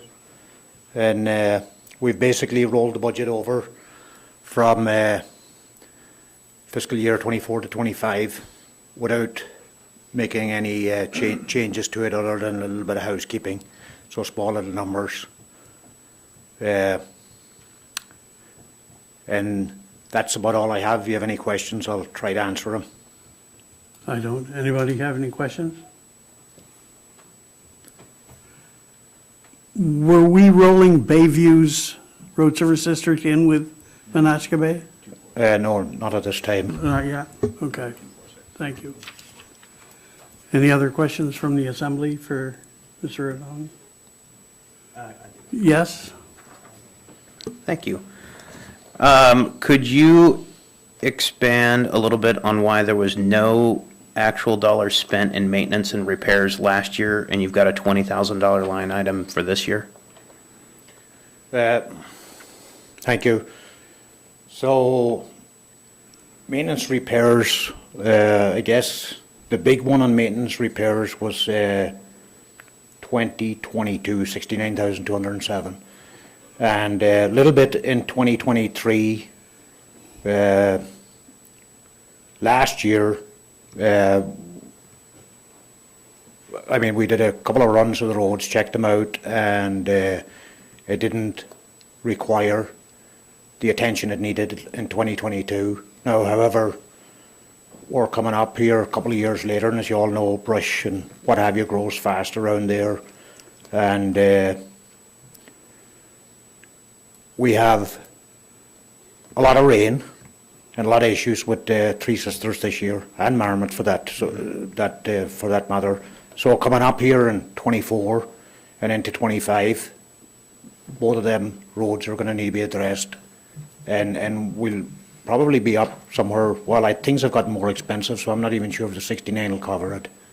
But as was spoken to earlier about putting down materials and crowning the roads, we've been ploughing and ploughing for 2 years now, and the tops are off and we're down to rock in a lot of places. So it's something that's going to have to be addressed in the near future here. Otherwise, we're just throwing good money after bad. Yeah, great. Thank you very much for that explanation. That helps, and that is highly satisfactory. Thank you.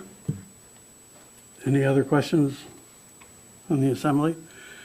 Moving on to Fund 246, Bayview Road Service District, and their Department 228. Anybody from Bayview? Yes, we have a gentleman coming up right now. Okay. I'm Jim Carmichael, Secretary for the Bayview Road District. We've got the simplest road district, so it's the lowest challenging in use. We try and collaborate closely with Menasha and work somewhat subordinate to them, given that one of the things that Menasha has that we don't have, and this is why we have not combined the road districts, is they have kind of microclimate differences because of the changes in elevation and some of the steep roads that they deal with, like Three Sisters. We have just a mile of road, and so it's not as difficult to maintain.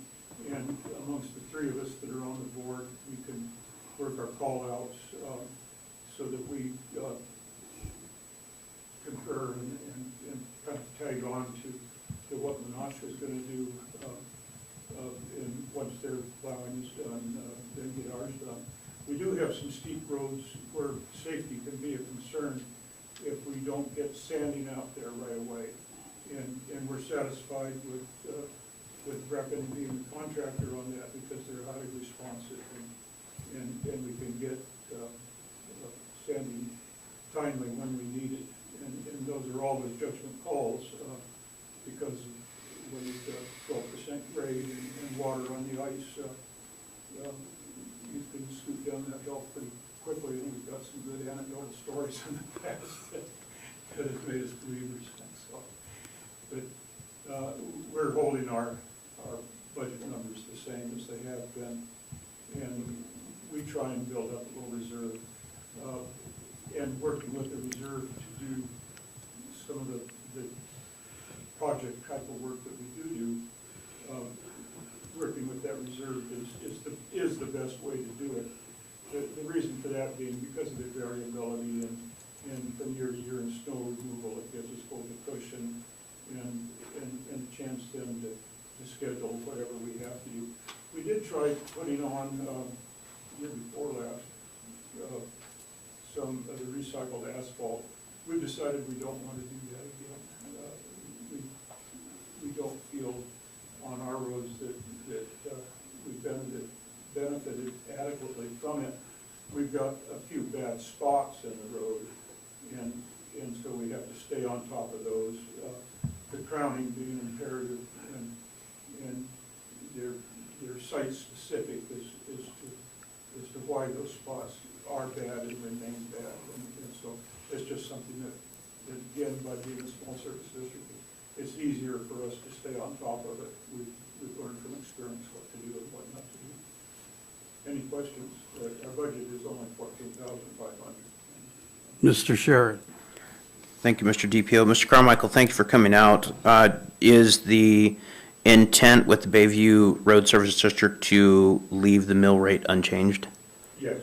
And do you know what the reserve account amount is? It's roughly $45,000. Great, thank you very much for that. One other little project we need to do, and there's no great urgency upon it, is at the foot of Menasha Circle, is correcting the diameter of the turnaround down there. And so, as fill becomes available, as time becomes available, it's something we keep in mind, but it's not burning urgency. Any other questions? Thank you. Moving on, Fire Protection Area 1. Mr. Carson. I'm at your service. I'm at your service. So, first of all, it would be a whole lot easier if you had questions of me, and I'm sure you do, Mr. Sherritt, which is fine. Go ahead, Mr. Sherritt. Mr. Carson's, I actually spent quite a bit of time on this budget, and I felt that this budget was exactly the way it needed to look. You have a slight increase over the 2024 actual amount. I have no questions for you at this time. Thank you. Mr. Whiteside. Thank you. I don't have any questions either. I just am extremely impressed with the amount of service this fire district is providing the community. Chief Ellis specifically has gone well out of his way to not only provide the standard level of service we expect, the Bayside Fire Department is training the community on personal firefighting at the home, educating homeowners, educating the public, gathering more people or more interest in volunteer firefighting and getting people trained and certified as firefighters for the community. And I agree with Mr. Sherritt, the amount of value that you all are providing the community for the level of funding is just outstanding, and safety being paramount to, in my opinion, to any thriving community. I'm just expressing my gratitude for the amount of service you're providing and safety for the community with a very reasonable budget, so thank you. Any other comments? Okay, moving on. Okay. Thank you very much for your kind words. We appreciate it.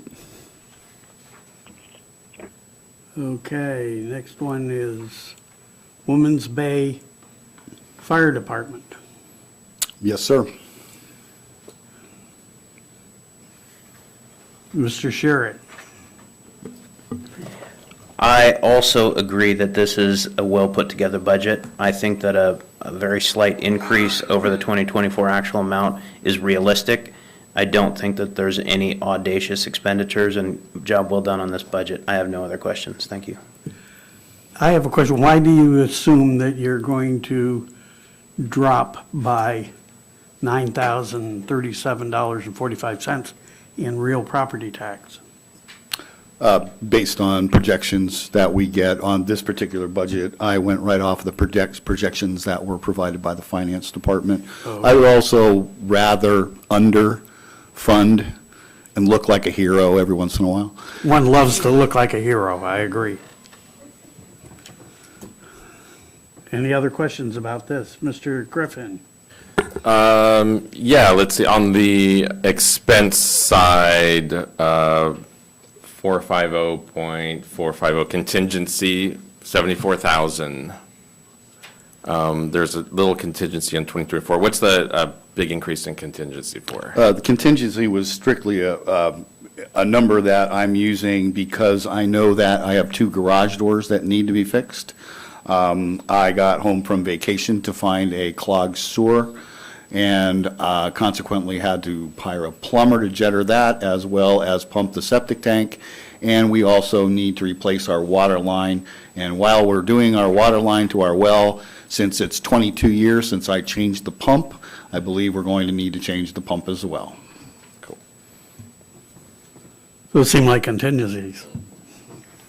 That's why we put contingencies in budgets. Any other questions for Bells Flats? Yo, dude. I just wanted to let you know that you get that one for saying that's why we put contingencies in budgets, only because I know the repairs that are needed out there. I am not a fan of a contingency budget item that is ambiguous at its finest definition. And again, I'm privy to what needs to happen out there through other conversations. So you get that one contingency line item. Thank you. Okay, I guess we move on to Kodiak Island Borough Airport Fire District. I can handle this one as well. Okay. Basically, this is a area next to adjacent to the Coast Guard property and the airport that supports mostly the moving companies, is how this came to pass.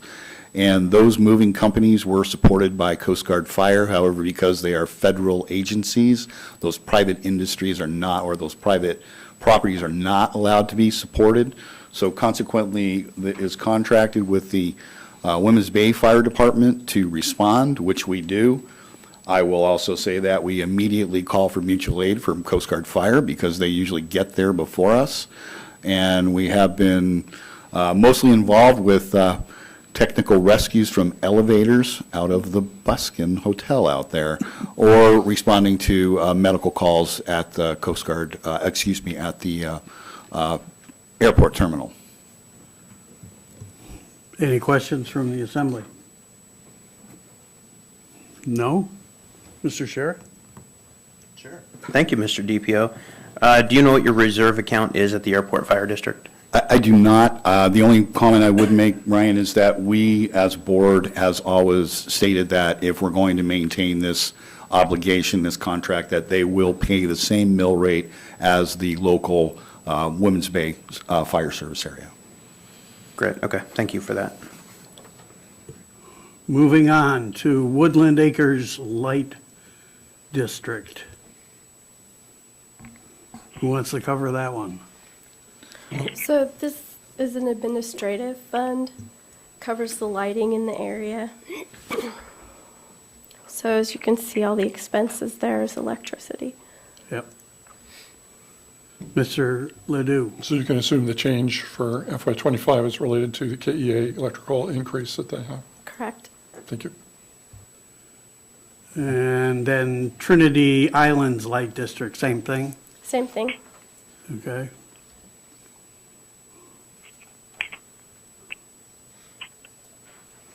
And then Mission Lake Tide Gate. We do have a representative here, and I can also speak to this. And I have a statement too, so. All right, my name is Dan Beeler. Overall, there's no major changes with the title gate. Inspections show it's well intact. We feel the current budget is perfectly sufficient. We do have a comment. As we all know, yearly inflation is typically 3%. It's been more in the last few years. Our board is hoping the Assembly would be willing to seek some options to invest our budget. We'd like to see this money to grow via investment, and if nothing else, keep up with inflation. That concludes all the comments and budget updates we have for the title gate. Okay, you have a balance of how much for, in case it has to be rebuilt? I believe I'm new to this. I just was voted in recently, and I'm acting for the chairman as I'm vice chair, but I believe it's around $50,000 to $60,000. Yeah, I thought it was 45, but somewhere in that neighborhood. Correct. Anyone else? Mr. Sherritt? Thank you. So I'm not entirely sure that this is the right forum to discuss investment of reserves. However, I will leave staff with a comment that outside the box thinking is always welcome. And if we can invest and help lower taxation, I would always support and enjoy that. And I would encourage us to look at other reserve accounts in a similar fashion and perhaps propose a broader discussion of what those reserve accounts do rather than sit in a savings account at low interest. So your comment, it has been heard. I don't know necessarily if this is the correct forum to discuss that, but I do want to make sure that you know, and Mr. Johnson's letters, 2 of them, have been read, received, and that is on the radar. And I believe Dora can attest that we've had similar conversations about investments in the past meetings. So thank you. We appreciate that. Any other comments? Okey doke.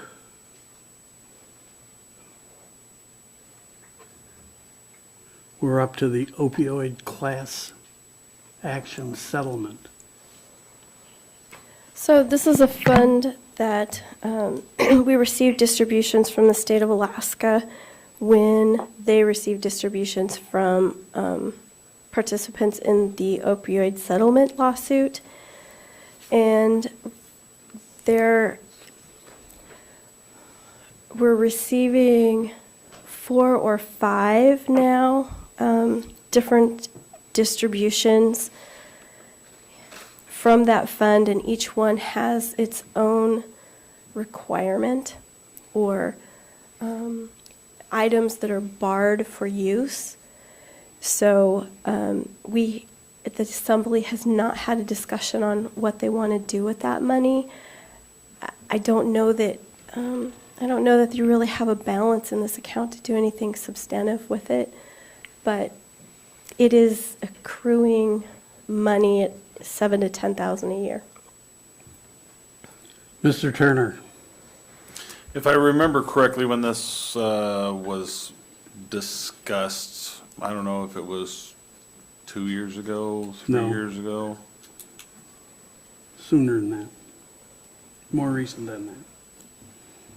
2 years ago. We had discussed as an assembly at that time that we would let that sit in there until we got the majority of the funds that they were talking about for the settlement. And then whatever sitting assembly at the time of that final settlement payment would then decide on how to distribute that. But at the time, I believe that we were talking about 99,000.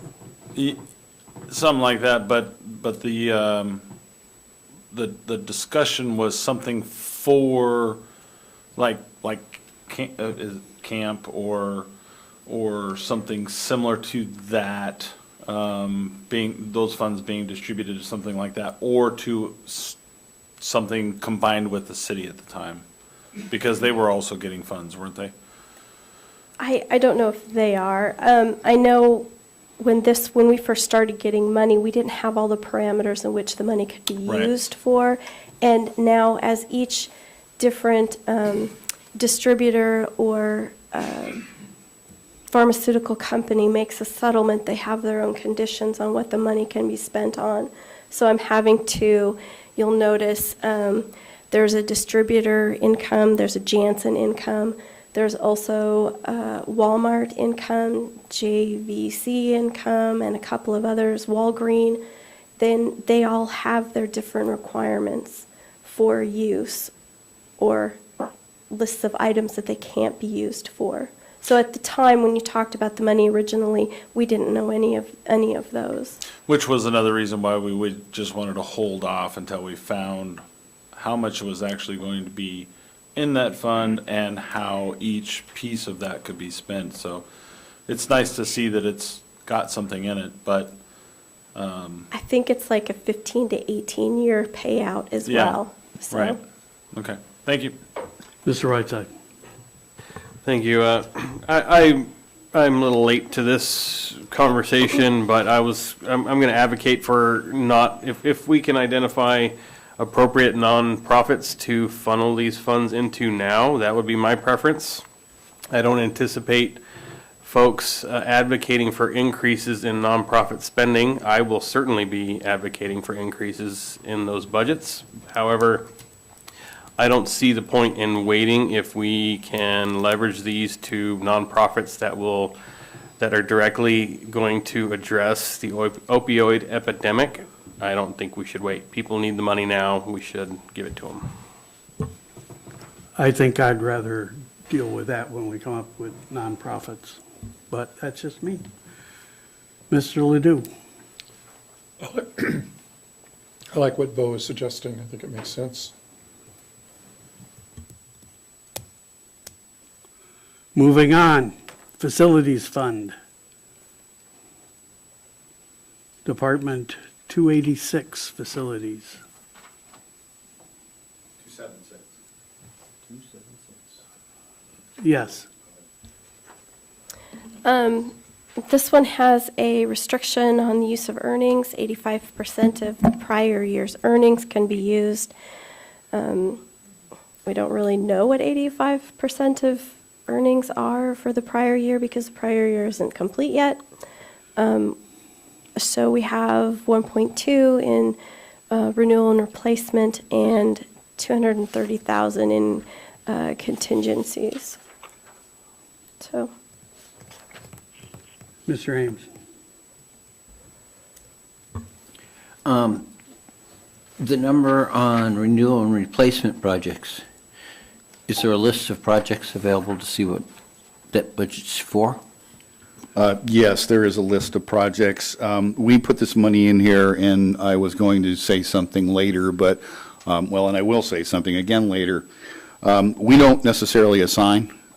We have been unsuccessful for very many years of asking for funds from this particular item. I will, however, ask that if any number of you, 3 or less, would like to come with me and visit the pool, so you can look at the damage at that facility that needs to be repaired. That, I think, is what these funds are for. The school district has asked for items dealing with the, associated with projects at the auditorium. We have maintenance on all of the school facilities. However, in the past, when the EF department had asked for money specifically from this, it quite frankly was turned down. So after a while, you just stop asking. But I do have a project list. Mr. Sherritt. So what is that project at $1.2 million? There is no one single project. I believe that we have been talking generally on a path of trying to look at keeping envelopes of school buildings and borough buildings intact, trying to make sure roofs are intact, things of that nature. So those are the items. It's the various school projects. This is also why we have been trying to build a little bit of a quiver of shovel-ready projects per se. But we have projects at KFRC that are required. We have a discharge permit now from the EPA that we're going to need to put a decontamination system in. These are all projects that are in the book that we're planning to come to the assembly with after proper review and discussion at the Architectural Review Board. I have a follow-on question. Go ahead.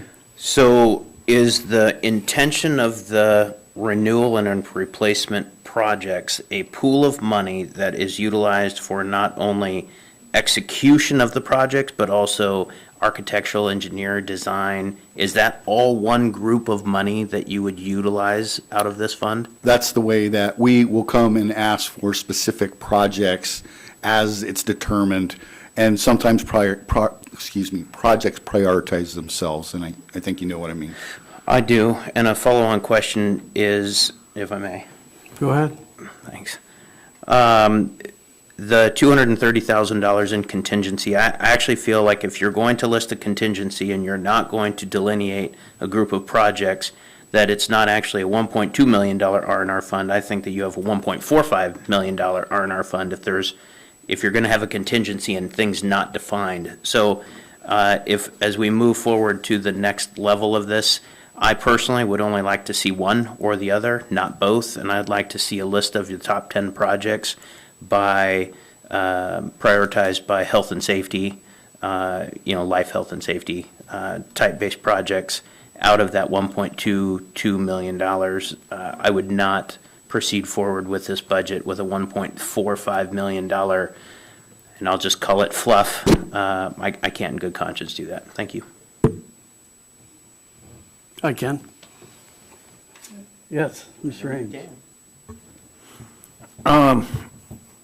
Point of clarification, it sounded like what you were saying is you have a list of projects. You're putting money aside for it, but you have to go through the review board, get them approved, and then you come here to get permission to spend out of that fund? Or is that not how you worded it? No, you understood it. I believe that part of the ARB's tasking is to help prioritize this. Again, in the past, when staff has asked for money out of this, those projects typically were refused. So you get gun shy after a while. We have been developing, I think, what are good, thorough projects for presentation to this particular board, this assembly to approve. I've held back projects over at KFRC because of budgets and things of that nature, because of leases that need to potentially be renegotiated, things of that nature. But you could spend this money in a heartbeat with the amount of maintenance that's required on the facilities that this borough owns. Mr. Ledoux. So when part of the East Elementary roof fell off in the middle of the year, and you had to do emergency repairs, where would those funds come from? You're talking about that interior? Could be that, or it could be. It could potentially come from these funds. Well, where did it come from, right? I don't have, I believe it came from this fund, and I also do know that this assembly did approve that prior to. My point being is that we can't predict with, $200, $300 million worth of buildings what we're going to need to do at any given time. One of the questions I really wanted to ask, though, is that the legislature, and it looks like they had a lot of support for their capital budget, and I don't know how many millions that they've allocated, but it was bigger than they've done in years, down the list of major maintenance school projects, right? And I think they went down to 28, which is better than I think the 3 that they did before. So none of our projects, made that list, and no complaints by anybody. It's just, but you look at the projects that did get funded versus some of the things that we need to fund, and you just shake your head. Okay. So my point being is we're talking about millions of dollars of money that could flow into the district to take care of some of these needs. Do you believe that it might be wise, because I know districts around the state are doing this, they are hiring consultants to write these plans that are submitted just for the assembly to know that the district sends a plan of major maintenance to the state, they score them, they make a list, and they go down that list and fund it. And they look at safety, immediacy, it could be pretty much of anything. Our pool may qualify, as an example. Do you believe, and Cindy may jump in here too if she wants to, that it might be time for us to actually hire a consultant to write these specifications so that we can sort of move up on the list and get a squirt of our own oil money, or? Yes.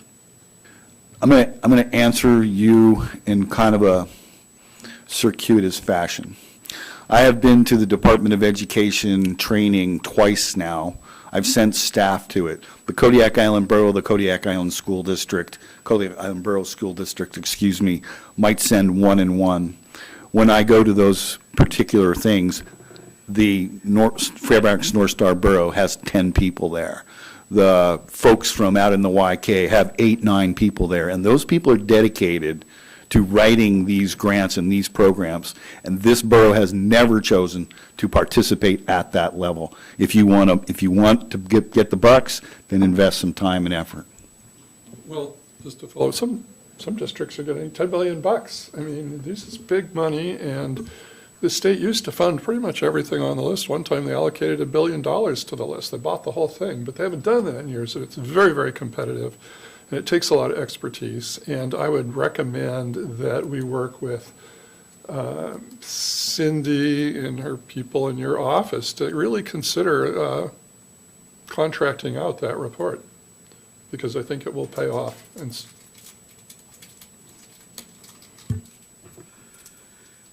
Any other Thank you, comment? Go ahead. I think that the school district has started down a path where they're identifying maintenance items and documenting them, and I think that could be very helpful. I also think that the quality of the writing for these grants is incredibly important. My office has started to use AI a little bit. You have to know what you're talking about to write these things. So consequently, if you're going to hire a consultant, they need to crawl through the rafters. They need to get under the bleachers.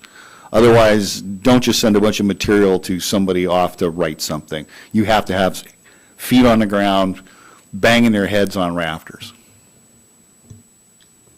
Agreed. Moving on. Fund 277 Tourism Development. Who wants to handle that one? Dora? Our revenues, we're hoping 90,000 for transient accommodation tax on-road system and 30,000 off-road system for a total of 120. And then staff is proposing 75,000 is a consistent amount that we've given Kodiak Convention Center. 30,000 to KFRC for the touch tank and open to the public to promote tourism there. That leaves 15,000 unassigned. And I know, Mr. Sherritt, you don't like contingencies, but since there was nowhere else to assign it, that's where we put it. Any questions? Mr. Sherritt? I love the eye roll. Thank you, Mr. DPO.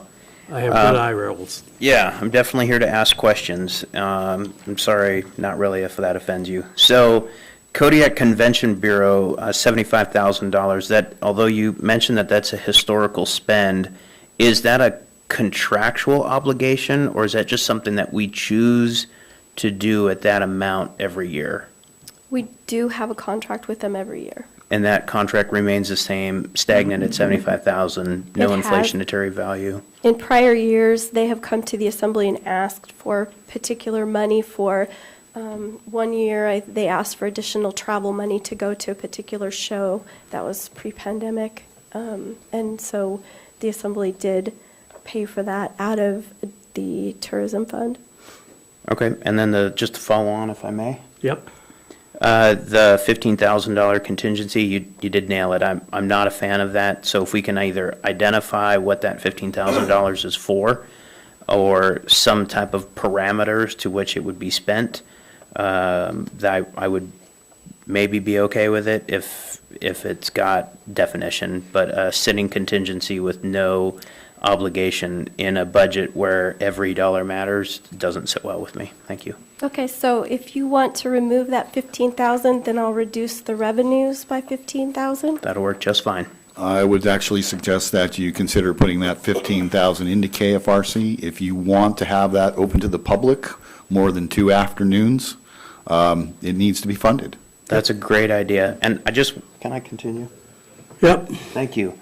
I just have to say that, I'm trying to come up with outside of the box ideas and different accountability measures. And I have to tell you that as I sit up here and I continue to get eye rolls, I get extremely frustrated. And I don't think that it's fair to continue the process while I'm trying to ask questions and continue to get eye rolls in that kind of manner. I appreciate it. Eye rolls are horrible. Yes, go ahead. Thank you. I was going to suggest the contingency get rolled over into the KFRC because that does have overlapping benefit for the community, not only tourism. As recent, I volunteered with that facility to educate elementary school students. So it is not only just the touch tank. It is an aquarium touch tank for tourism, but our educators do take children there all the time. They were out there yesterday and the day before. So this isn't just a tourism-based benefit. There's a lot of overlap for the community. So I would like to see that rolled over into the KFRC if possible. So I know Nova doesn't, I don't know, can I get like nods? Okay. I support that. Thank you.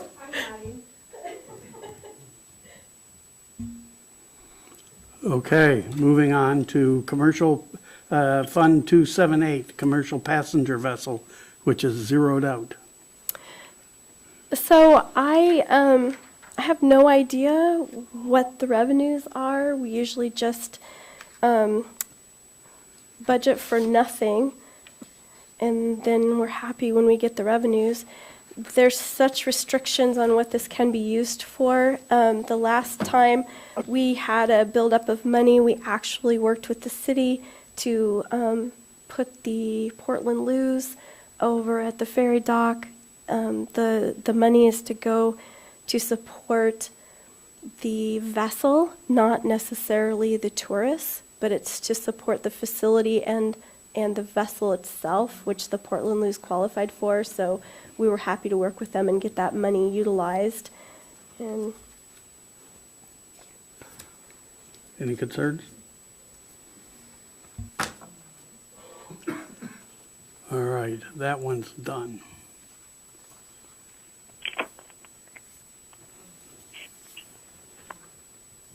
How about we take a 5-minute break?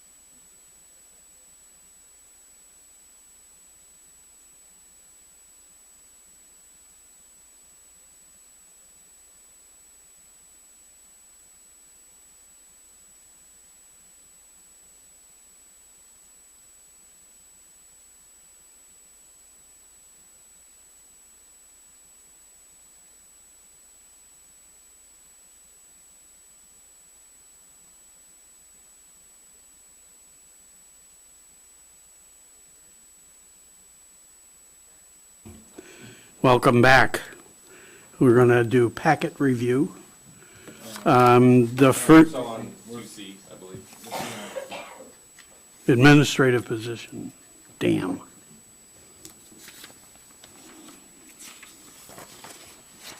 I have to go back on my computer.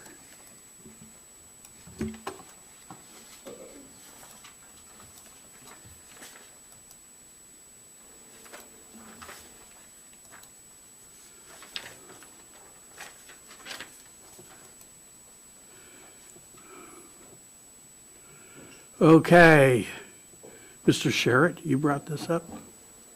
Thank you, Mr. DPO. I did bring this up. This is a version 1 first draft to update and remove ambiguous terms from the acting official KIBC 1.10030 definitions and traversing through 2.45.110. The version 1 first draft is in front of you. We also have some comments from Megan Christensen in regards to 3 of the updates. We can go down this each one. I mean, this is, we've talked about this before, what the intent of this is. I can go down the inserted blue, and possibly our clerk can talk about the removed red and some of the other changes to update with existing ordinances that have been passed since the last revision of this. What would you like to hear, Mr. DPO?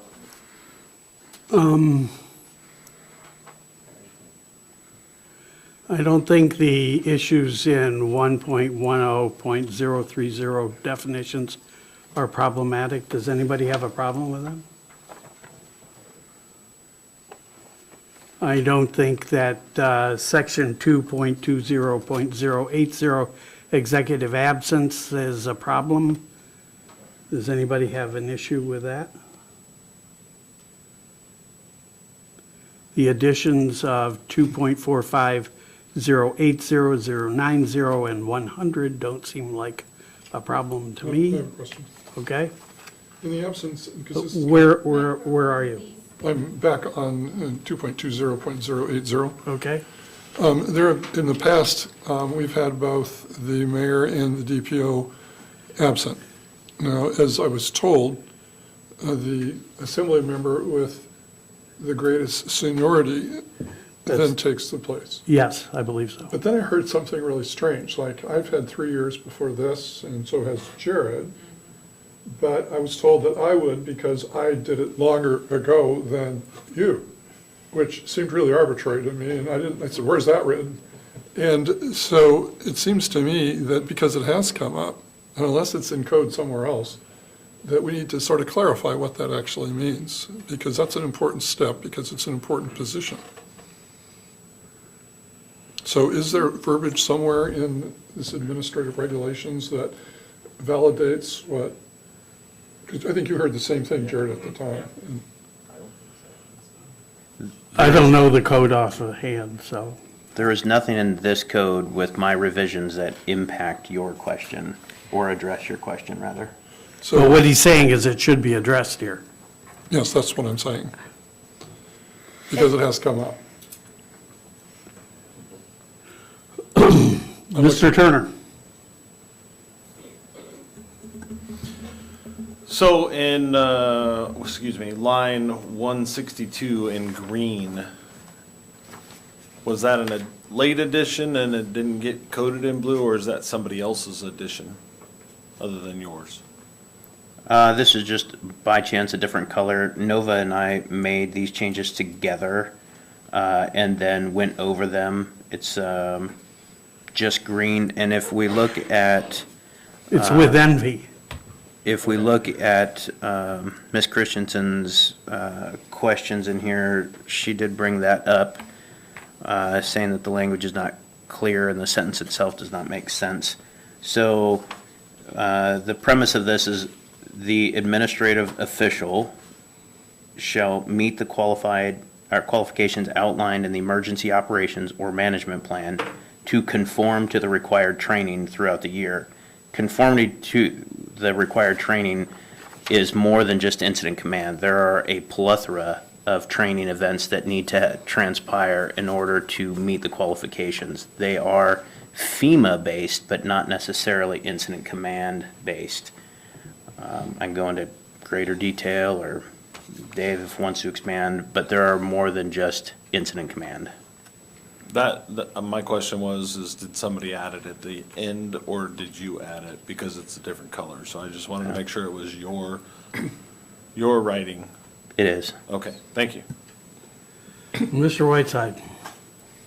Thank you. To Dr. Ledoux's point, I would just light recommendation not to suggest in any way with that current scenario that one person's more qualified than the other. I would recommend in the event of an equal amount of time served on the assembly, the person with the most recent experience to me would be more suitable because that's more relevant to current events and situations. But just to let you Mr. guys Sherritt. Nova. Mr. DPO, I would like to address Assembly Member Ledoux's comments about the deputy presiding officer. It's actually addressed in 2.25050, where it says, if the deputy presiding officer is not present or disqualifies himself, the senior assembly member present shall act as the chair. Which code is that? In 2.25050, about in the absence of the DPO, the most senior assembly member will serve. Mr. Ledoux. I agree with Bo. I do believe it should be the most recent assembly member instead of the one who may have been on the assembly 20 years ago. So that makes sense to me. And it made sense when I first heard it, not because I didn't want to do anything, but he speaks better English. Any other concerns? Mr. Ledoux. Yes, I have a concern, maybe several. Under 155, page, or number 155, 2.45.090, What line number? 155. Thank you. Okay.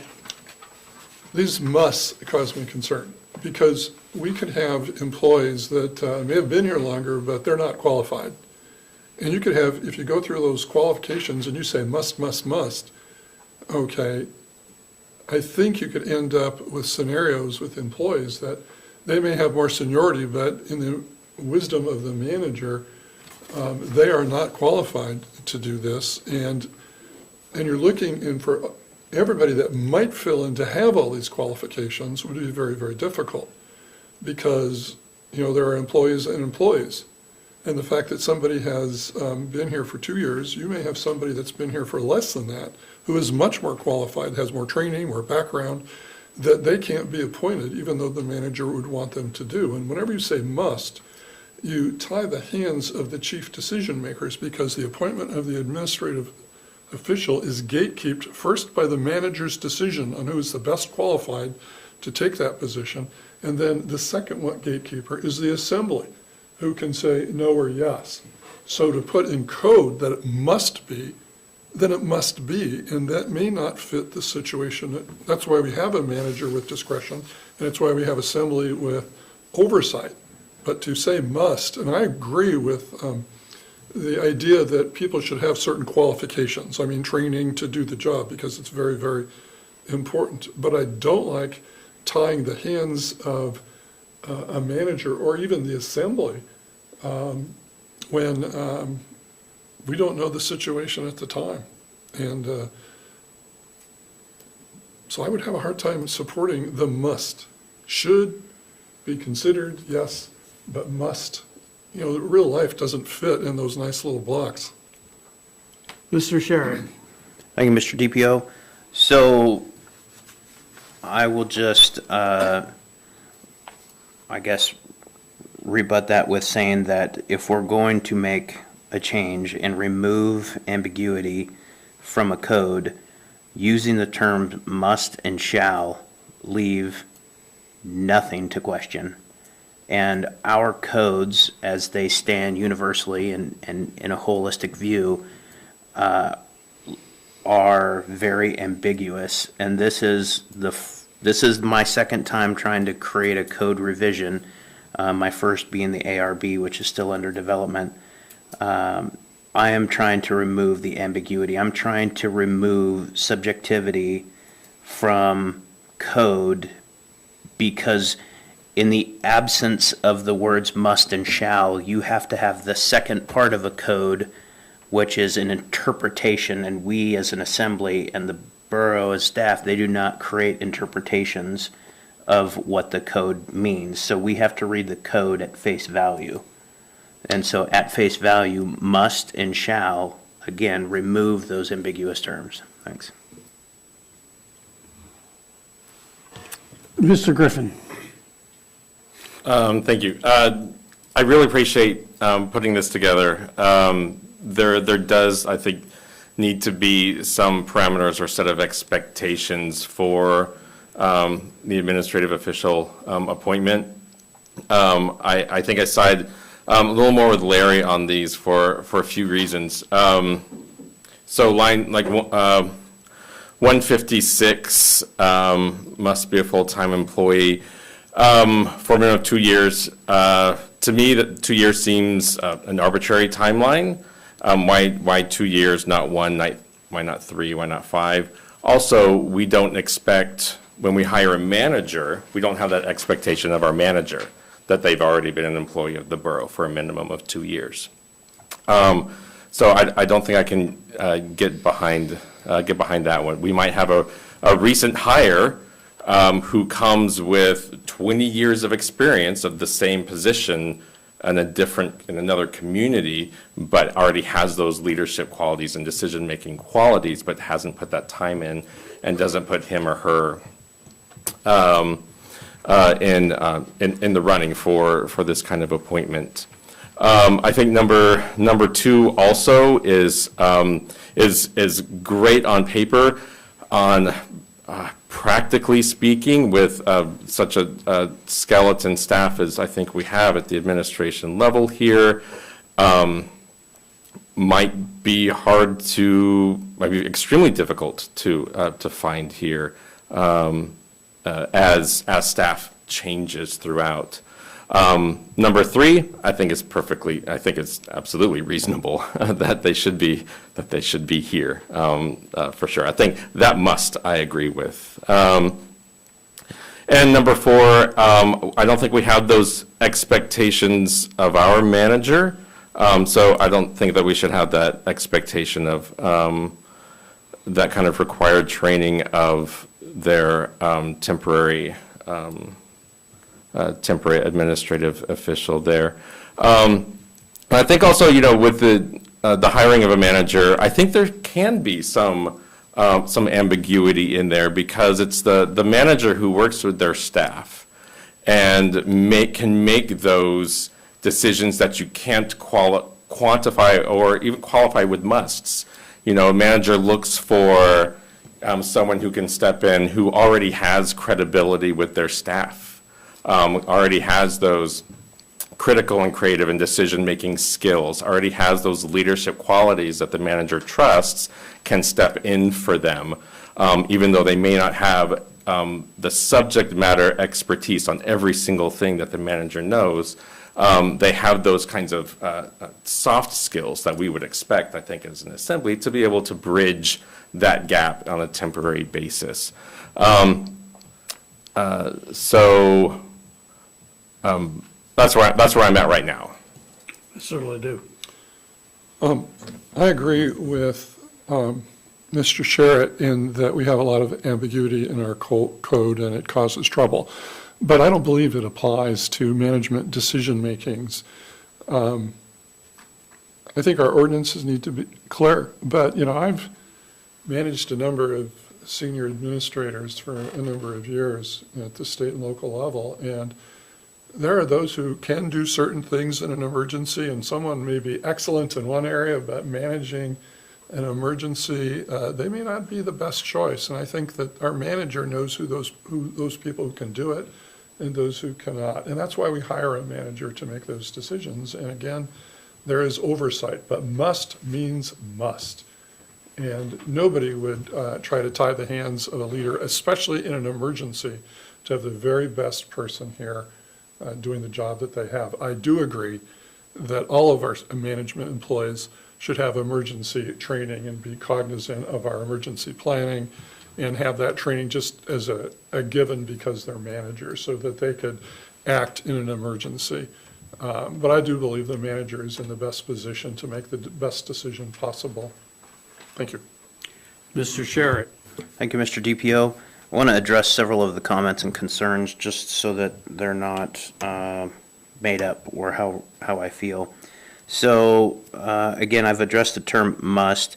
The duration of 2 years comes from, during my last master's program in organizational leadership, one of the resounding features of leadership came with not only tacit knowledge of an organizational operation, but the credibility and the leadership that Dr. Griffin referenced earlier comes with duration. And that duration, through multiple peer-reviewed articles, is anywhere from 2 to 5 years. It's not an ambiguous term or a made-up term.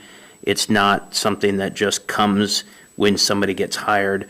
I chose the lesser of the duration because I agree. However, I do want to define it. So I'll just play a devil's advocate here that what if we had a manager who was going to go on an extended vacation and said, I'm going to hire somebody because I don't like any of the staff that I have right now to fill this job. And they hire someone as a groundskeeper and now appoint them into this position because we didn't define that the qualifications by education and the duration were clearly delineated. I want to further expand this by what the qualifications are.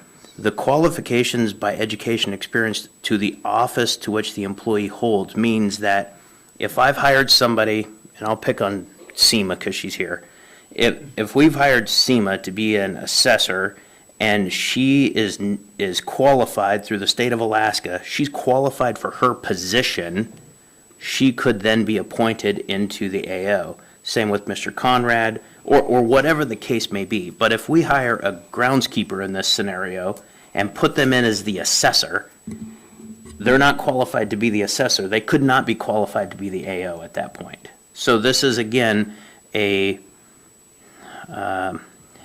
stopgap, if you will, from someone circumventing maybe egregious type scenarios that may exist. That's all that this is. Thank you. Mr. Whiteside. Thank you, and I agree. I'm grateful for the work in adding some objective measures to our code. I appreciate that effort. In the spirit of compromise, I believe that our manager being the top executive official in the borough, I place a lot of faith in that person's judgment. Now, there's many scenarios where that could potentially go off the rails. However, we have to have that faith in that person. That is the person charged with running the day-to-day operations of the borough. I trust that if they are qualified to get hired for that position, we need to put faith in that person's judgment to appoint someone in their short-term absence. Now, I do agree with number 3, obviously, with having that firm language of must be. I also agree with number 4 with must meet. If the potential 2 or 3 or 4 people in line to take this role on don't already have that training, that's something I view the manager should include in an onboarding process of identifying the earliest possible opportunity to have this training take place. That way, that's a non-issue. But I appreciate the effort and the thought, and I understand the purpose of the language.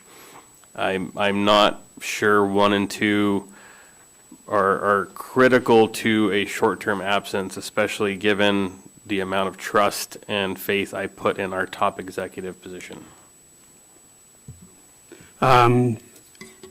Megan Christensen put in several comments. Have you read them all? Have all of you read them? They seem fine to me. So we would need to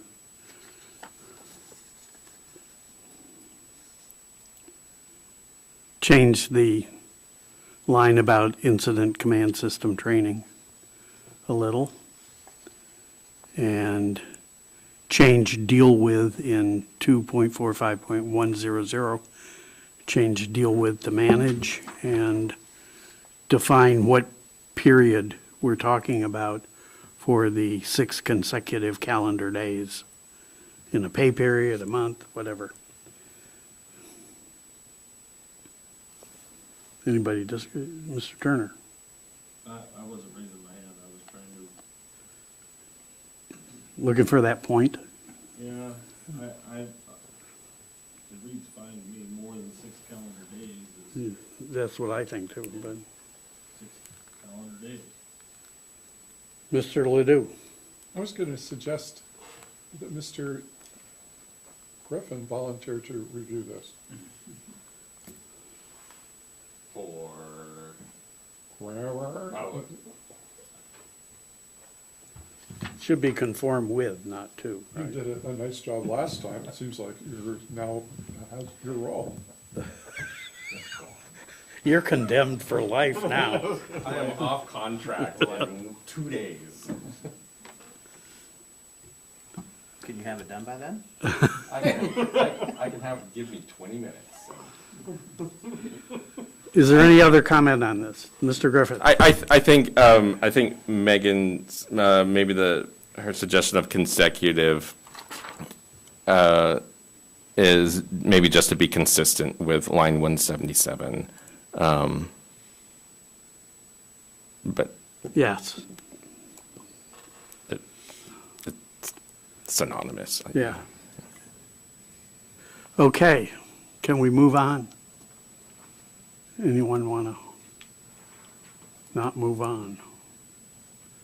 Now we go to the next one. Mr. Ledoux, we don't want to go on. Well, yeah, as we go through this, we had a lot of talk about. Can Larry turn his mic on, please? As we go through this, we had a lot of discussion about the first two, and what Bo suggested, I certainly feel comfortable with that. 1 and 2, I'm concerned with, but is there an alternative language that we could use to, and have some consensus to give to Nova, so when we come back again, we don't have to go through all this again. Okay. Moving on to packet review. That was a question. It was. And to ignore it is just to ignore it. I'm sorry, I was reading something else. Go ahead. Well, is there an alternative to, I recognize what the author is trying to do, but it seemed to me there was some kind of consensus, at least, that we need to be careful of not restricting the decision-making of the manager in this particular case. So what would be some alternative language that would accomplish that? So we can, Mr. Sherritt? we can replace the terms must with recommend. I'm comfortable with that. Works for me. Any other concerns? We as an assembly recommend in this ordinance then? Yep. Would you guys be fine with that? Yep. I can concede to that. We haven't passed the ordinance yet that allows us to, Well, he's Nova, would you making be? version 2 is what Would he's you be doing. able to change the musts to recommend in this version 2? or consider. Let me work on it a little bit and then send it to you or to you and Assemblymember Griffin. Is that, what's the direction? Sure, I looked through it, it's fine. You need a comma after Borough on line 166, but. Well, thank you. Oh, sorry. Sorry, Scott. We need a comma after the word Borough in line 166. Must be 167. Thank you. 167. No, management, 166, management of the administrative affairs of the borough, comma, ensuring implementation That's of. 167 on ours. Oh, it's 166 on mine. The On the screen. electronic is a little bit Oh, off. okay. Yep. And I have a question, Nova. I don't think I see this typically code is phrased in the positive.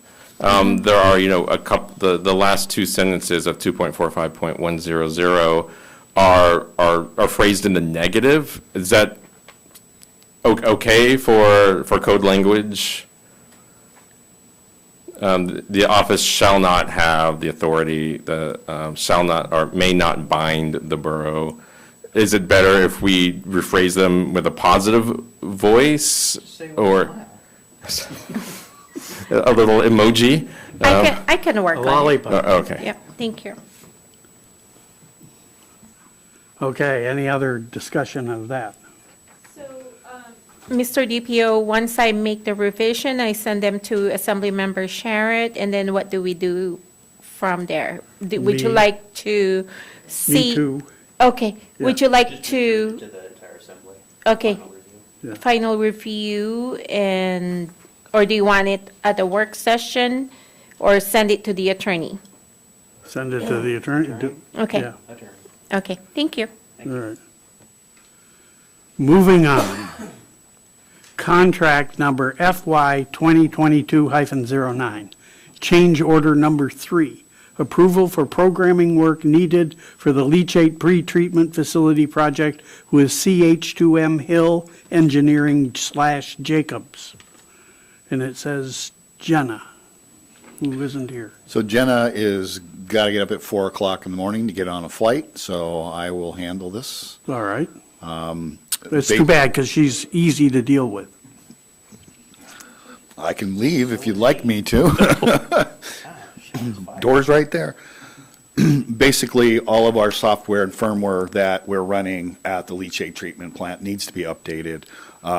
For some reason during the procurement process, although there is maintenance involved with monitoring the software, there was no recommendations by GE at the time to upgrade the various to the various versions. So consequently, this is a request for $29,939. The borough will also be spending about $6,500 for upgrading the HMI, the human interface, the touch screen that's on the the large computer within the leachate treatment plant office. Yeah, so this stuff is definitely not cheap. They are actually working with us in that they're loaning us a certain component that would normally be a $13,000 item that is non-returnable. So if you program and you overload, this thing goes kerplooey. We will have a spare that's already pre-programmed that we don't have to expend that money up front. Is this have anything to do with not meeting 200 gallons, whatever it was? No, it has nothing to do with that. Or This is the quality of strictly the fact that we have a 6 or 7 year old plant and the software has not been upgraded as it should be. The other thing is the 911 software that calls out our alarms had very limited capacity. And it's also Windows 10 based, so it's going to go away. The support will go away. This enhances our capacity so that our operators can actually make a much better decision process as to whether they need to travel to the plant or not to correct something, or if it can be silenced and done on the following workday. We had people go out there at night, pretty crappy conditions that it could wait till morning. Yeah, okay. Any questions? Mr. Sherritt? Thank you, Mr. DPO. A recent report from the Department of Homeland Security was published last month, and it talked about targets of opportunity being water treatment facilities and leachate systems, which, again, was not even on my radar about that. But the target of opportunity emphasized the strict environmental laws and the cost of government attention in non-compliance. So my question being is this system ran off of a SCADA that is isolated from any other networks? And if it is not, do we have some type of a malware or intrusion detection system that's coming with this up-to-date software? This is separated. It has a air gap. Very, very gross firewall. Okay. The only time that we actually program Windows to allow outside contractors to come in and upgrade software, and it's all monitored. Then I fully support this, and thank you. Any other questions? Moving on, contract number FY 2024-33, facility heating fuel oil and highway fuel for Kodiak Island Borough facilities and vehicles with PetroStar Incorporated doing business as North Pacific Fuel. Mr. Ledoux. I just have a question. The school district is probably one of the biggest commercial fuel He has users to. in Kodiak. And I can't remember the calculation, but it has to do the crude price in Seattle or something like that, et cetera, et cetera. Would it benefit, or does the borough work with the school district to get the cheapest possible price based on their volume? So would this include that? This includes that because they are us. Okay. Just wanted to make sure. With this also, we also include the hospital facilities with this as well for cost savings. Any concerns about this? Just, can I finish? Okay.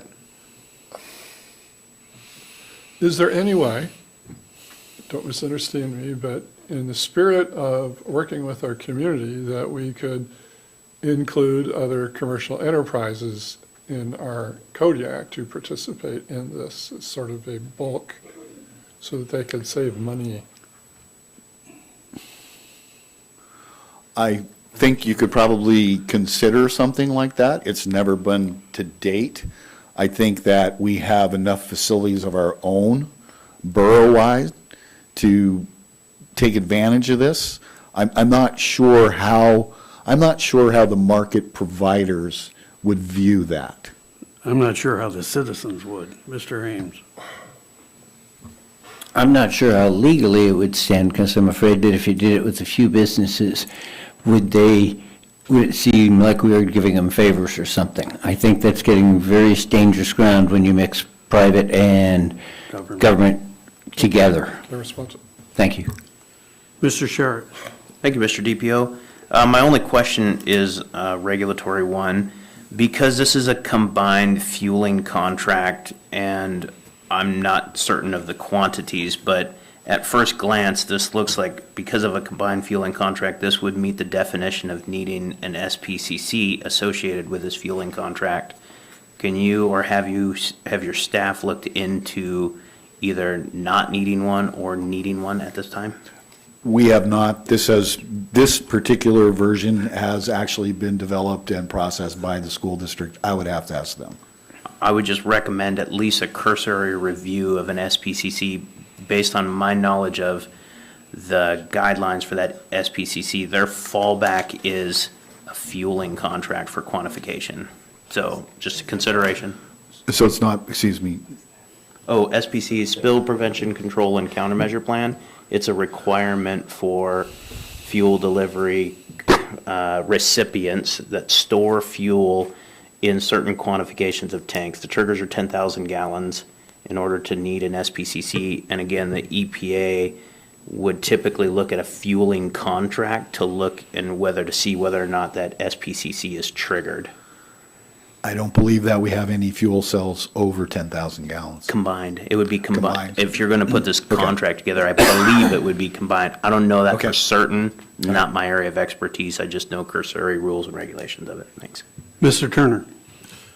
To clarify that, I have a 5,000 gallon fuel tank at my plant, and if I fill it up twice in a day, it puts me into the SPCC, whatever the hell the acronym is. So I have to do it. More than likely, we should be doing it in the borough. Strictly from a community right to know, it wouldn't be a bad thing either. No. Any other dialogue on this? Moving on. Ordinance number FY 2025-01.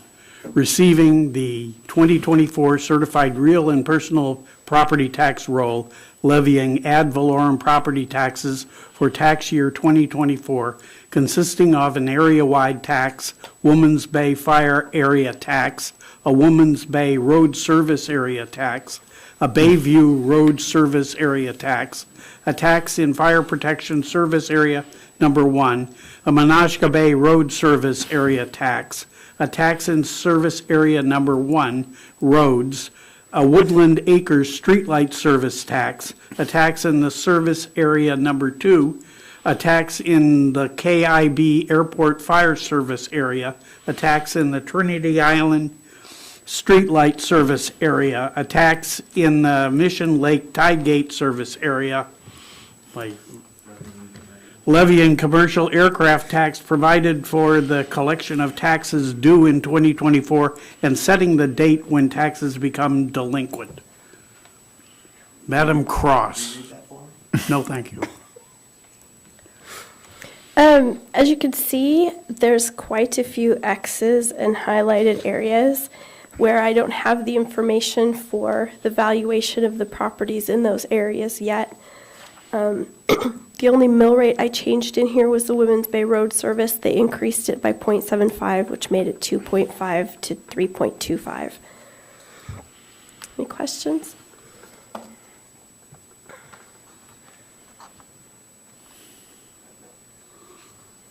Does anybody have any questions about this? It makes for fun reading at night. Mr. Griffin? Do you have a timeline, do you know about when you might have these ready? SEMA certified today? Yeah, so she'll be giving those to me if she hasn't already. I wasn't at work today, so they could be in my inbox right now. If it's possible, if we can get them emailed out to the assembly before next week's meeting. Thank you. Mr. Sherritt? So in this, we talked earlier about the Woman's Bay mill rate. So when we review this ordinance, it will have already been assumed that this 2.5 went to 3.25, and if once we accept this, that will be the solidification of that. Thank you. Mr. Turner? If you don't like that raise, then you would put in an amendment at that time for that. So it's before it gets solidified. Any other concerns? Hearing none, moving right along.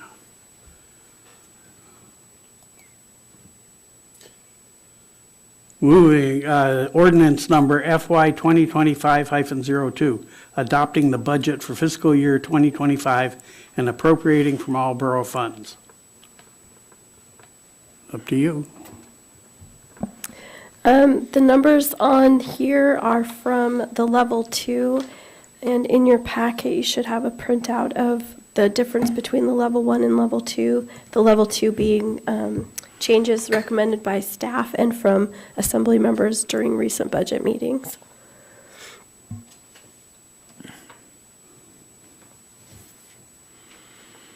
Any concerns?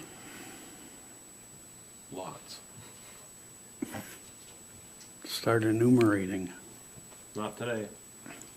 Not doing it today.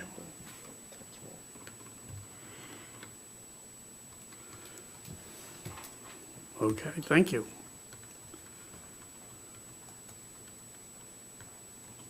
Okay, now we go back to the other one.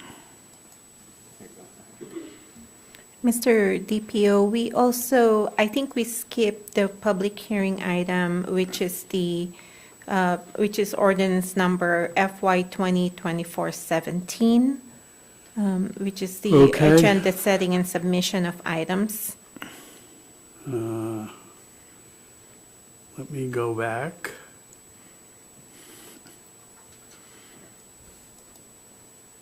Tried to skip that.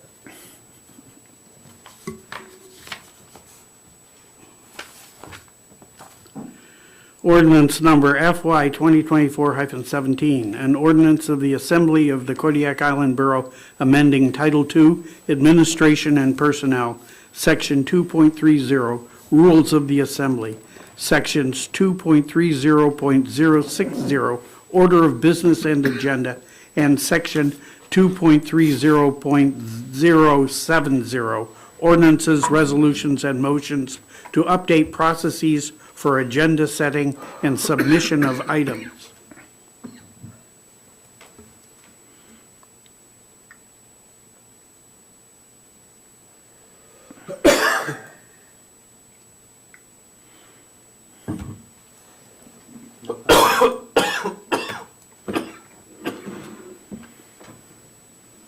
Mr. Ledoux, you're the originator of this. I believe during our last discussion on it, there was a unanimous vote in support of it, so. I believe during our last discussion, there was a unanimous vote to bring this forward, so I assume that we're all cognizant of the details of it. Okay. Any concerns? Only for Jared right now. Good? I believe it says version 3 Griffin clean version, so Yes. clean. Oh, well, yeah, no, verklempt.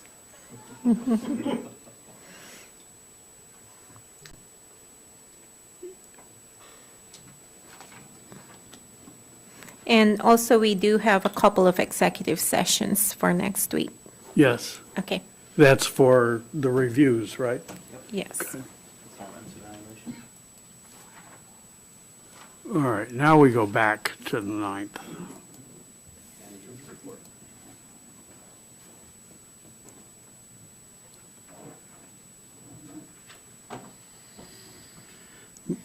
Manager's comments. So I'm not going to read the 6 pages that are here. However, I will make a couple of comments. We are currently, the borough is involved with a project out at Sultry Cove. That work is going on as we speak. I will give the manager a compliment here that there was some permitting that had been ignored by one of our partners, and I'm not sure how she managed to wrangle Army Corps permit in 2 days, but someone ought to really shake her hand and say, holy crap, I don't know how you did that. But anyway, that is going on, and I will be going with Fish and Game out to Sultry Cove next week to start inspection. The follow-up to this is that we will have to send a surveyor out there to document all of the work done. I also want to remind folks that I may actually put this on the website for people to look at. This is a 20-year agreement that the borough has made to maintain that trail. And it states from the American River to Lake Miami. So this could be a mighty large commitment. So there's only one segment of it, there's 3 segments actually being worked on currently, but just so everyone realizes, this is a long-term commitment that the Borough Assembly had decided on back in 2020. So, just so everybody's aware. I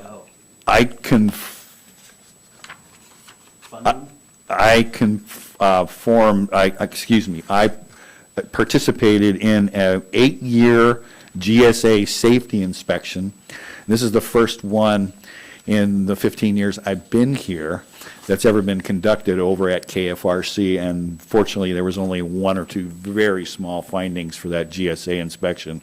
Working with NOAA and Fish and Game, they're very good partners when it comes to keeping online with regulations. I would encourage, again, I would truly like you guys, if you want to look at the pool. It's drained right now. They have the hollow spots marked. You can see the rust spots. If you want to see it, give me a call. I got a key. I'd be happy to go over there with you. Want to set a time now? Give me a call tomorrow. Okay. I will make multiple visits so we don't have to advertise. Mr. Ledoux.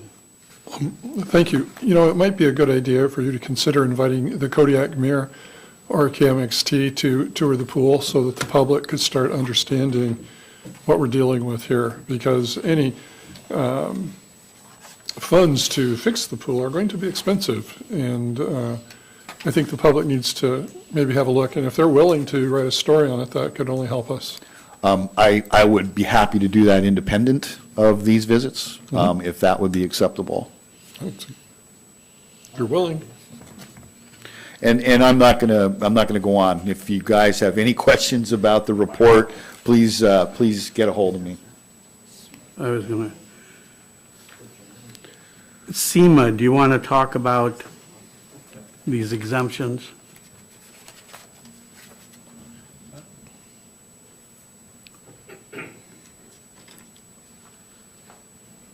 Hi, so when we did the certifying of the roll, we got in everybody, senior or disabled vet that was eligible at the time. Of the remainders, we had 34 that were undetermined by the PFD that we need to take into consideration. So during the budget talks, how Dora was saying, those were the ones that we had to give money to during, so that will be another set. And then we also had, additionally this year, we did new letters, and it totaled 58. So I'm sorry, I don't remember the exact number, but we're sending out letters for people that didn't apply for the PFD, but said that they were going to. And so those letters, they'll have to come back and either prove up their residency or tell us why they didn't. If they were late filing with the PFD, we wanted to try and give them a chance to qualify for the exemption also. So I believe that when Sue actually took the numbers directly from the PIDs that we gave her so that she could figure out a dollar amount, and it is at today's mill rate, but it was about $75,000 or $76,000 that we would need to take into consideration when we're doing the budget so that we have that money allotted this year instead of having to take it from everybody's budget. Did you have a question? That was my question, is what the exposure dollar amount was, and it's 76,000. Thank you. At this mill rate, so if you lower it, it would be a little bit less. Are there any other questions? Just a Mr. Ledoux. Just a comment. I just want to take the opportunity to thank you for all the work that you did to help ensure that everybody that had a chance to apply for exemption was aware of it, and you made that happen. I know you had some help from Bo and Ryan, and you did a lot of effort, but I think just looking at the documentation here, it really paid off, and I appreciate that. Thank you. Stop being fresh. So are there any other questions about the manager's report? Is it finished? Well, the only other thing I was going to say is we had a very successful household hazardous waste event. There are some statistics or some numbers there. I am going to suggest that perhaps next year, instead of having a singular cleanup day, that it would be a longer period of time to get more people involved. And I also want to segregate the household hazardous waste event from the location it's been in. I had some very frustrated staff because of pressure and parked cars and everything else, but it's a great event to try to control the amount of hazmats that are in people's houses or the accumulation. Thank you. Thank you. Mr. Sheridan. Yeah, I actually took advantage of that household hazardous waste, and hats off to your staff up there and the subcontractor, very professional, did a great job, and they were inundated while I was there. So, great work. We may consider putting at least 5 more people up there to help them out next year. So, thank you. Mr. Ledoux. I was going to say this during assembly comments, but I want to echo what Ryan said. But one of the things that might be considered, and I did take full advantage of it until they told me to take some back home, but is to actually do an open house at the landfill and actually collect it there. And, so that people have a chance to come in and see how easy it is to get rid hazardous waste. I know you take 40 pounds a month, 40 pounds of hazardous waste a month, but I think a lot of people have never been there, and just, you might want to consider something like that. Instead of having it at the high school, have it right there. And The only problem with that is the space constraints.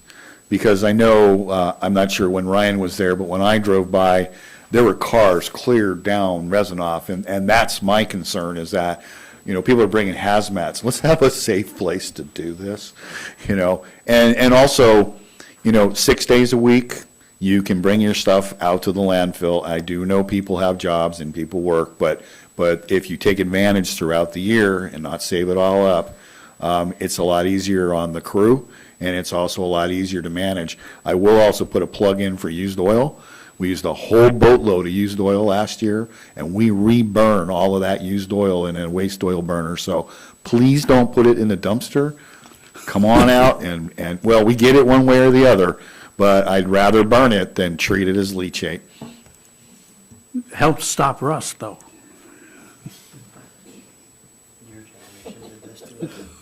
used to dump it on all the roads to keep dust down. Dust control. Yes. Madam Clerk.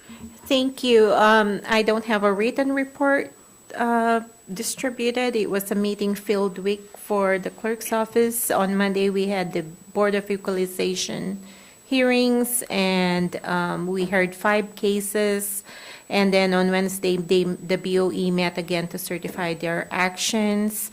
We were able to mail out the decision letters. The action of the board is appealable to the Superior Court, and that appeal is good until June 7th. And on Wednesday, we had the Kodiak Fisheries Work Group meeting, and the next meeting for that Kodiak Fisheries Work Group is on the 30th of this month at 1 p.m. in the Borough Conference Room. And also, I just want to note to everyone that there's going to be a special meeting scheduled to hear, or the school district budget resolution is going to be going under public hearing on the 30th of this month, on May 30th. Okay. So we're going to have a special meeting to adopt the school district budget, and it will be followed by a work session. The clerk's office staff will be leaving for our training on the 18th of this month. It's Saturday, I believe. I can't see from here, sorry. And the clerk's office will be closed that whole week, but we will be checking our emails. And I left my phone number to staff in case they need to get a hold of me while I'm away. That's all I have. Thank you. Thank you. Assembly comments. Mr. Sherritt.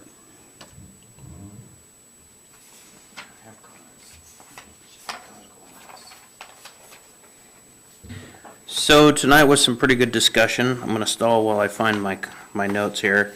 A couple things that come to mind is that in our discussions tonight, we talked about repaving projects, and I personally would like to see repaving projects listed out separately, so we know that what roads we have, regardless of the service district. I'd love to see an actual list. We heard from Bayview, where they said they have 1 mile of road. Their service district budget is $14,500. I'd like to know what per mile of road our service districts are costing, and track them year over year by the per mile of road. I think is the most credible type of synopsis that we can look at year over year for prices going up or going down. I would like to also support the opioid funds going to nonprofits. I think that that's a very good and valid idea. I would like to, again, thank the school district for the work that they put into their budget. I've heard everyone's comments. Again, I went to those meetings. One thing that keeps resonating in my mind is the declining student population. I think that Assemblymember Ledoux brought up some very valid points that if the quality of education goes down, we will see residents leave by the boatload as well. So it's a careful balancing act that we have to do, and I appreciate everyone's diligence in looking over the documents as we go into, further discussion about how we fund the school district. Let's see, I'd like to thank the staff. I think that they've done a great job on their budgets. Specifically, I'd like to thank everyone that came out tonight to talk about their budget items through the service district and the fire chiefs. Great presentations. I would like to just bring up, again, I want to reiterate some numbers that Bayside brought up, and these are good numbers. So 128 calls, 44 fire, rescue, and hazmat calls, 49 EMS, 45 service calls, and 3 structural fires that dictated mutual aid. Those are fantastic, and what a viable service that those do. Finally, in closing, we had public testimony tonight about an increase in the senior citizen rate. I have asked, and I have not received, numbers for what the senior exemption up to $250,000 would be. I also proposed a fisheries exemption, and I also proposed no taxes after the age of 75. And I have not seen any numbers on those, so I'd still like to see what physical impact that would be. And that's all I have. Thanks. Mr. Rosedew. Just a few comments. I just want to say this very quickly. Normally, if you go to most districts around the state, they will have been asking for funds to bring them to the cap, and that's where they sit. That means the borough can't give them any more money, or if they do, the state will start withdrawing money from their budget. And the Kodiak district did not choose to do that, and that's an anomaly in Alaska, because mostly what districts will do, they will ask for the max and put all the pressure on the assembly and say, we're going to have to make all of these cuts if you don't give us everything that we ask. Okay, and that's standard protocol, except in Kodiak. And what happens then is when you get into the budget time, this place is filled with 200 people saying, don't cut our schools. And they could have moved that whole discussion that they took on to the assembly, but they chose not to. Okay, by what they did by cutting $4.5 million. And I just want to thank the school board and the leadership in the district for not doing that, not filling this chamber and putting the onus on the borough to make all the tough decisions, even though we still have to. I'm still wondering where we are with the Kodiak Housing Authority proposal. You know, there was real timelines that we were supposed to look at. We have a special meeting, a presentation, and I haven't heard anything about anything. Are we just ignoring it? Have we decided as administratively not to do anything, or we don't have time? But I don't know where we are on that. Are you aware of anything that's being done? Or? I have not interacted with the manager on this topic, so I don't have an answer. Well, I think they were really much more happy with the lots the city was proposing. Okay, and I just wanted to make sure we knew that, because I don't want the Kodiak Island Housing Authority or all the people that came and spoke on it to think that the borough is just ignoring them completely. And if it's a different direction, it would be nice to know, because I don't want to project differently. You know, I'll just bring this up. You know, I would really like to talk to our attorney sometime, or our insurance brokers, you know, one-to-one with the assembly on scrounging at the landfill.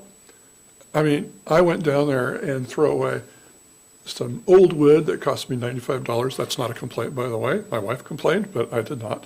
And there were probably $4,000 or $5,000 windows. Look brand new. They weren't. They were obviously, but they were beautiful. And they were probably, if you had to buy them, you know, retail, they'd probably be worth $1,500. They were big, nice windows. You just have to let them be crunched up. Isn't there some way where, like at, what do they call those sites where people go to? Transfer sites. That the borough at the landfill could have a covered area where people could put things of value that could be recycled into our community. they do it, and they have insurance. I mean, they're probably insured by the same people we are at transfer sites that they have around the state. Could we not do that? Because I hate to see things being thrown away, lumber, windows, you name it, that could be recycled, or even dressers and things. And is there any way we could explore that to the benefit of our citizens and decrease what we throw in the landfill? Because I know those windows got crunched, or maybe they didn't, maybe somebody else grabbed them out of there. But I really would like at some point in time to have a discussion, because our attorney apparently tells us we can't do it, but other communities that have transfer sites do it. Okay, and I just want to understand the difference. And so, and Assemblymember Orion talked about hazardous waste. I did take advantage of it, and I think it was a really great thing. And I think our community did a great job cleaning up, except for the people who threw their garbage bags when they were full at Mill Bay on top of the dumpster. And unless they were trying to feed all the crows in town, and that's why they did it, people shouldn't do that, because then our citizens have to come by and clean it all up. Anyway, thank you. Mr. Whiteside. Thank you. I was also curious to receive an update on the housing development, and if it is indeed true that the housing authority chose city lots over borough lots. It's disappointing that that was not communicated with us. But moving on from that, I am grateful for Mr. Conrad and his staff and all of the members of the community and those who sponsored prizes for the Community Cleanup Day. There were so many bags of garbage, and I went and took a little bit of oil there, and people were working really hard, and it was no doubt frustrating to keep up with the volume. So I'm very grateful for your efforts and those of your staff. It's really nice thing you do for the community. Mr. Griffin. I was in Fairbanks last weekend, and we drove by the transfer station there, and it was hopping. Holy cow. There were a bazillion people out there. So, and they looked happy. They looked very happy too. Yeah. Mosquitoes. They weren't out yet. The mosquitoes weren't out just they're yet. the size of B-52. They're- A couple of things.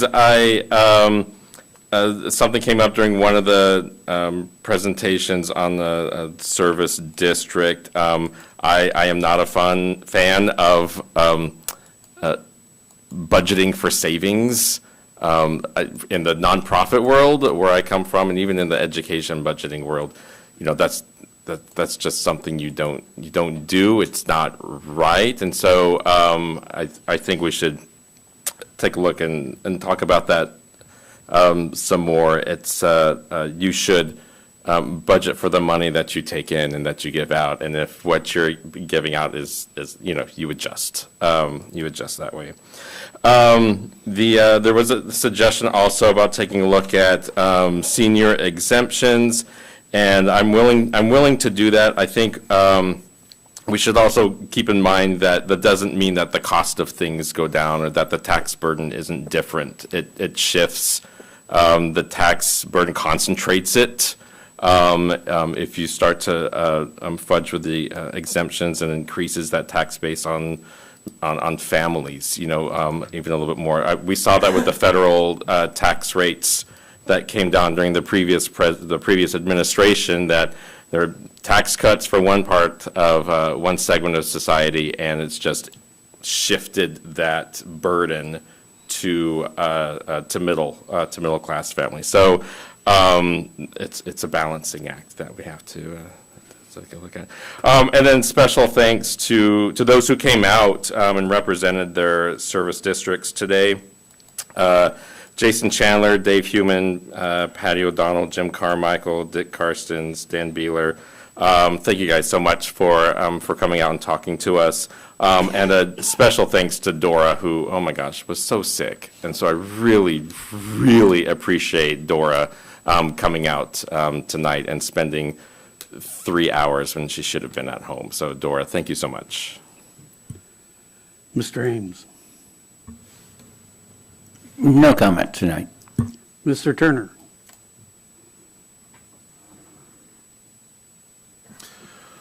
I want to thank the people Arctic Care and Canna for putting on what they're doing in the community for us. I do have a recommendation, is maybe if possible, following years, we delay it anywhere from 3 weeks to 4 weeks. And the reason for that is, we use a lot of the college and the schools for housing these people while they're here. They're doing a great job for the community, but with schools closed, there would be more opportunity for them to house a little bit differently than they are now. Kind of cramped space, not a lot of room for them to move around, and if it was delayed a little bit, they'd have different rooms available, and it was a suggestion from the superintendent at the schools, and I think it's not a bad idea to see if it could be delayed a little bit in the following years, just so that we have better spaces for them in the future. And I think I will leave the rest of the snide comments that I had for next week. My turn. In terms of what the housing, the rural cap people wanted, they were very concerned that there was a salmon stream in the middle of the land that the borough was trying to position. In addition to that, there's some very steep terrain on one end of the land, and they were concerned that they would not be able to get 12 houses in there, even with the reduced size lots, quarter acre, I think they were talking about. Whereas with the city land, which is on Salif, behind the hangars kind of, and from the start of the road up there, there's a lot that the city uses for dumping stuff off in, I can't remember what they call it, but they have some. Boneyard. Yeah, it's a boneyard of sort. It's got tires and good things like that in it. And they could fit 2 sets of 12 houses in that total amount of area if they got the boneyard lot as well. And so they were very excited about that. And almost immediate, I mean, this was all done at the city meeting with Rural Cap, the city council meeting. And these were comments that they were making to themselves. I was sitting right next to the gal, so I got to overhear all kinds of stuff, which was fun. And then the other important point was there was snow on my deck this morning, and that really ticked me off. I've had enough of this stuff. Did you tell them who you were? I did, and they didn't care. So, but my dog went out and peed on it, so that was good. Other than that, I'm done. The mayor has an option to speak at this point, if he's still on. I'm still on. Thanks, Scott. I don't have any further comments at this time. Thank you. Thank you. That concludes our business for today. Does anyone want to say the magic word, or do you want me to? We're adjourned. We're concluded. Yeah.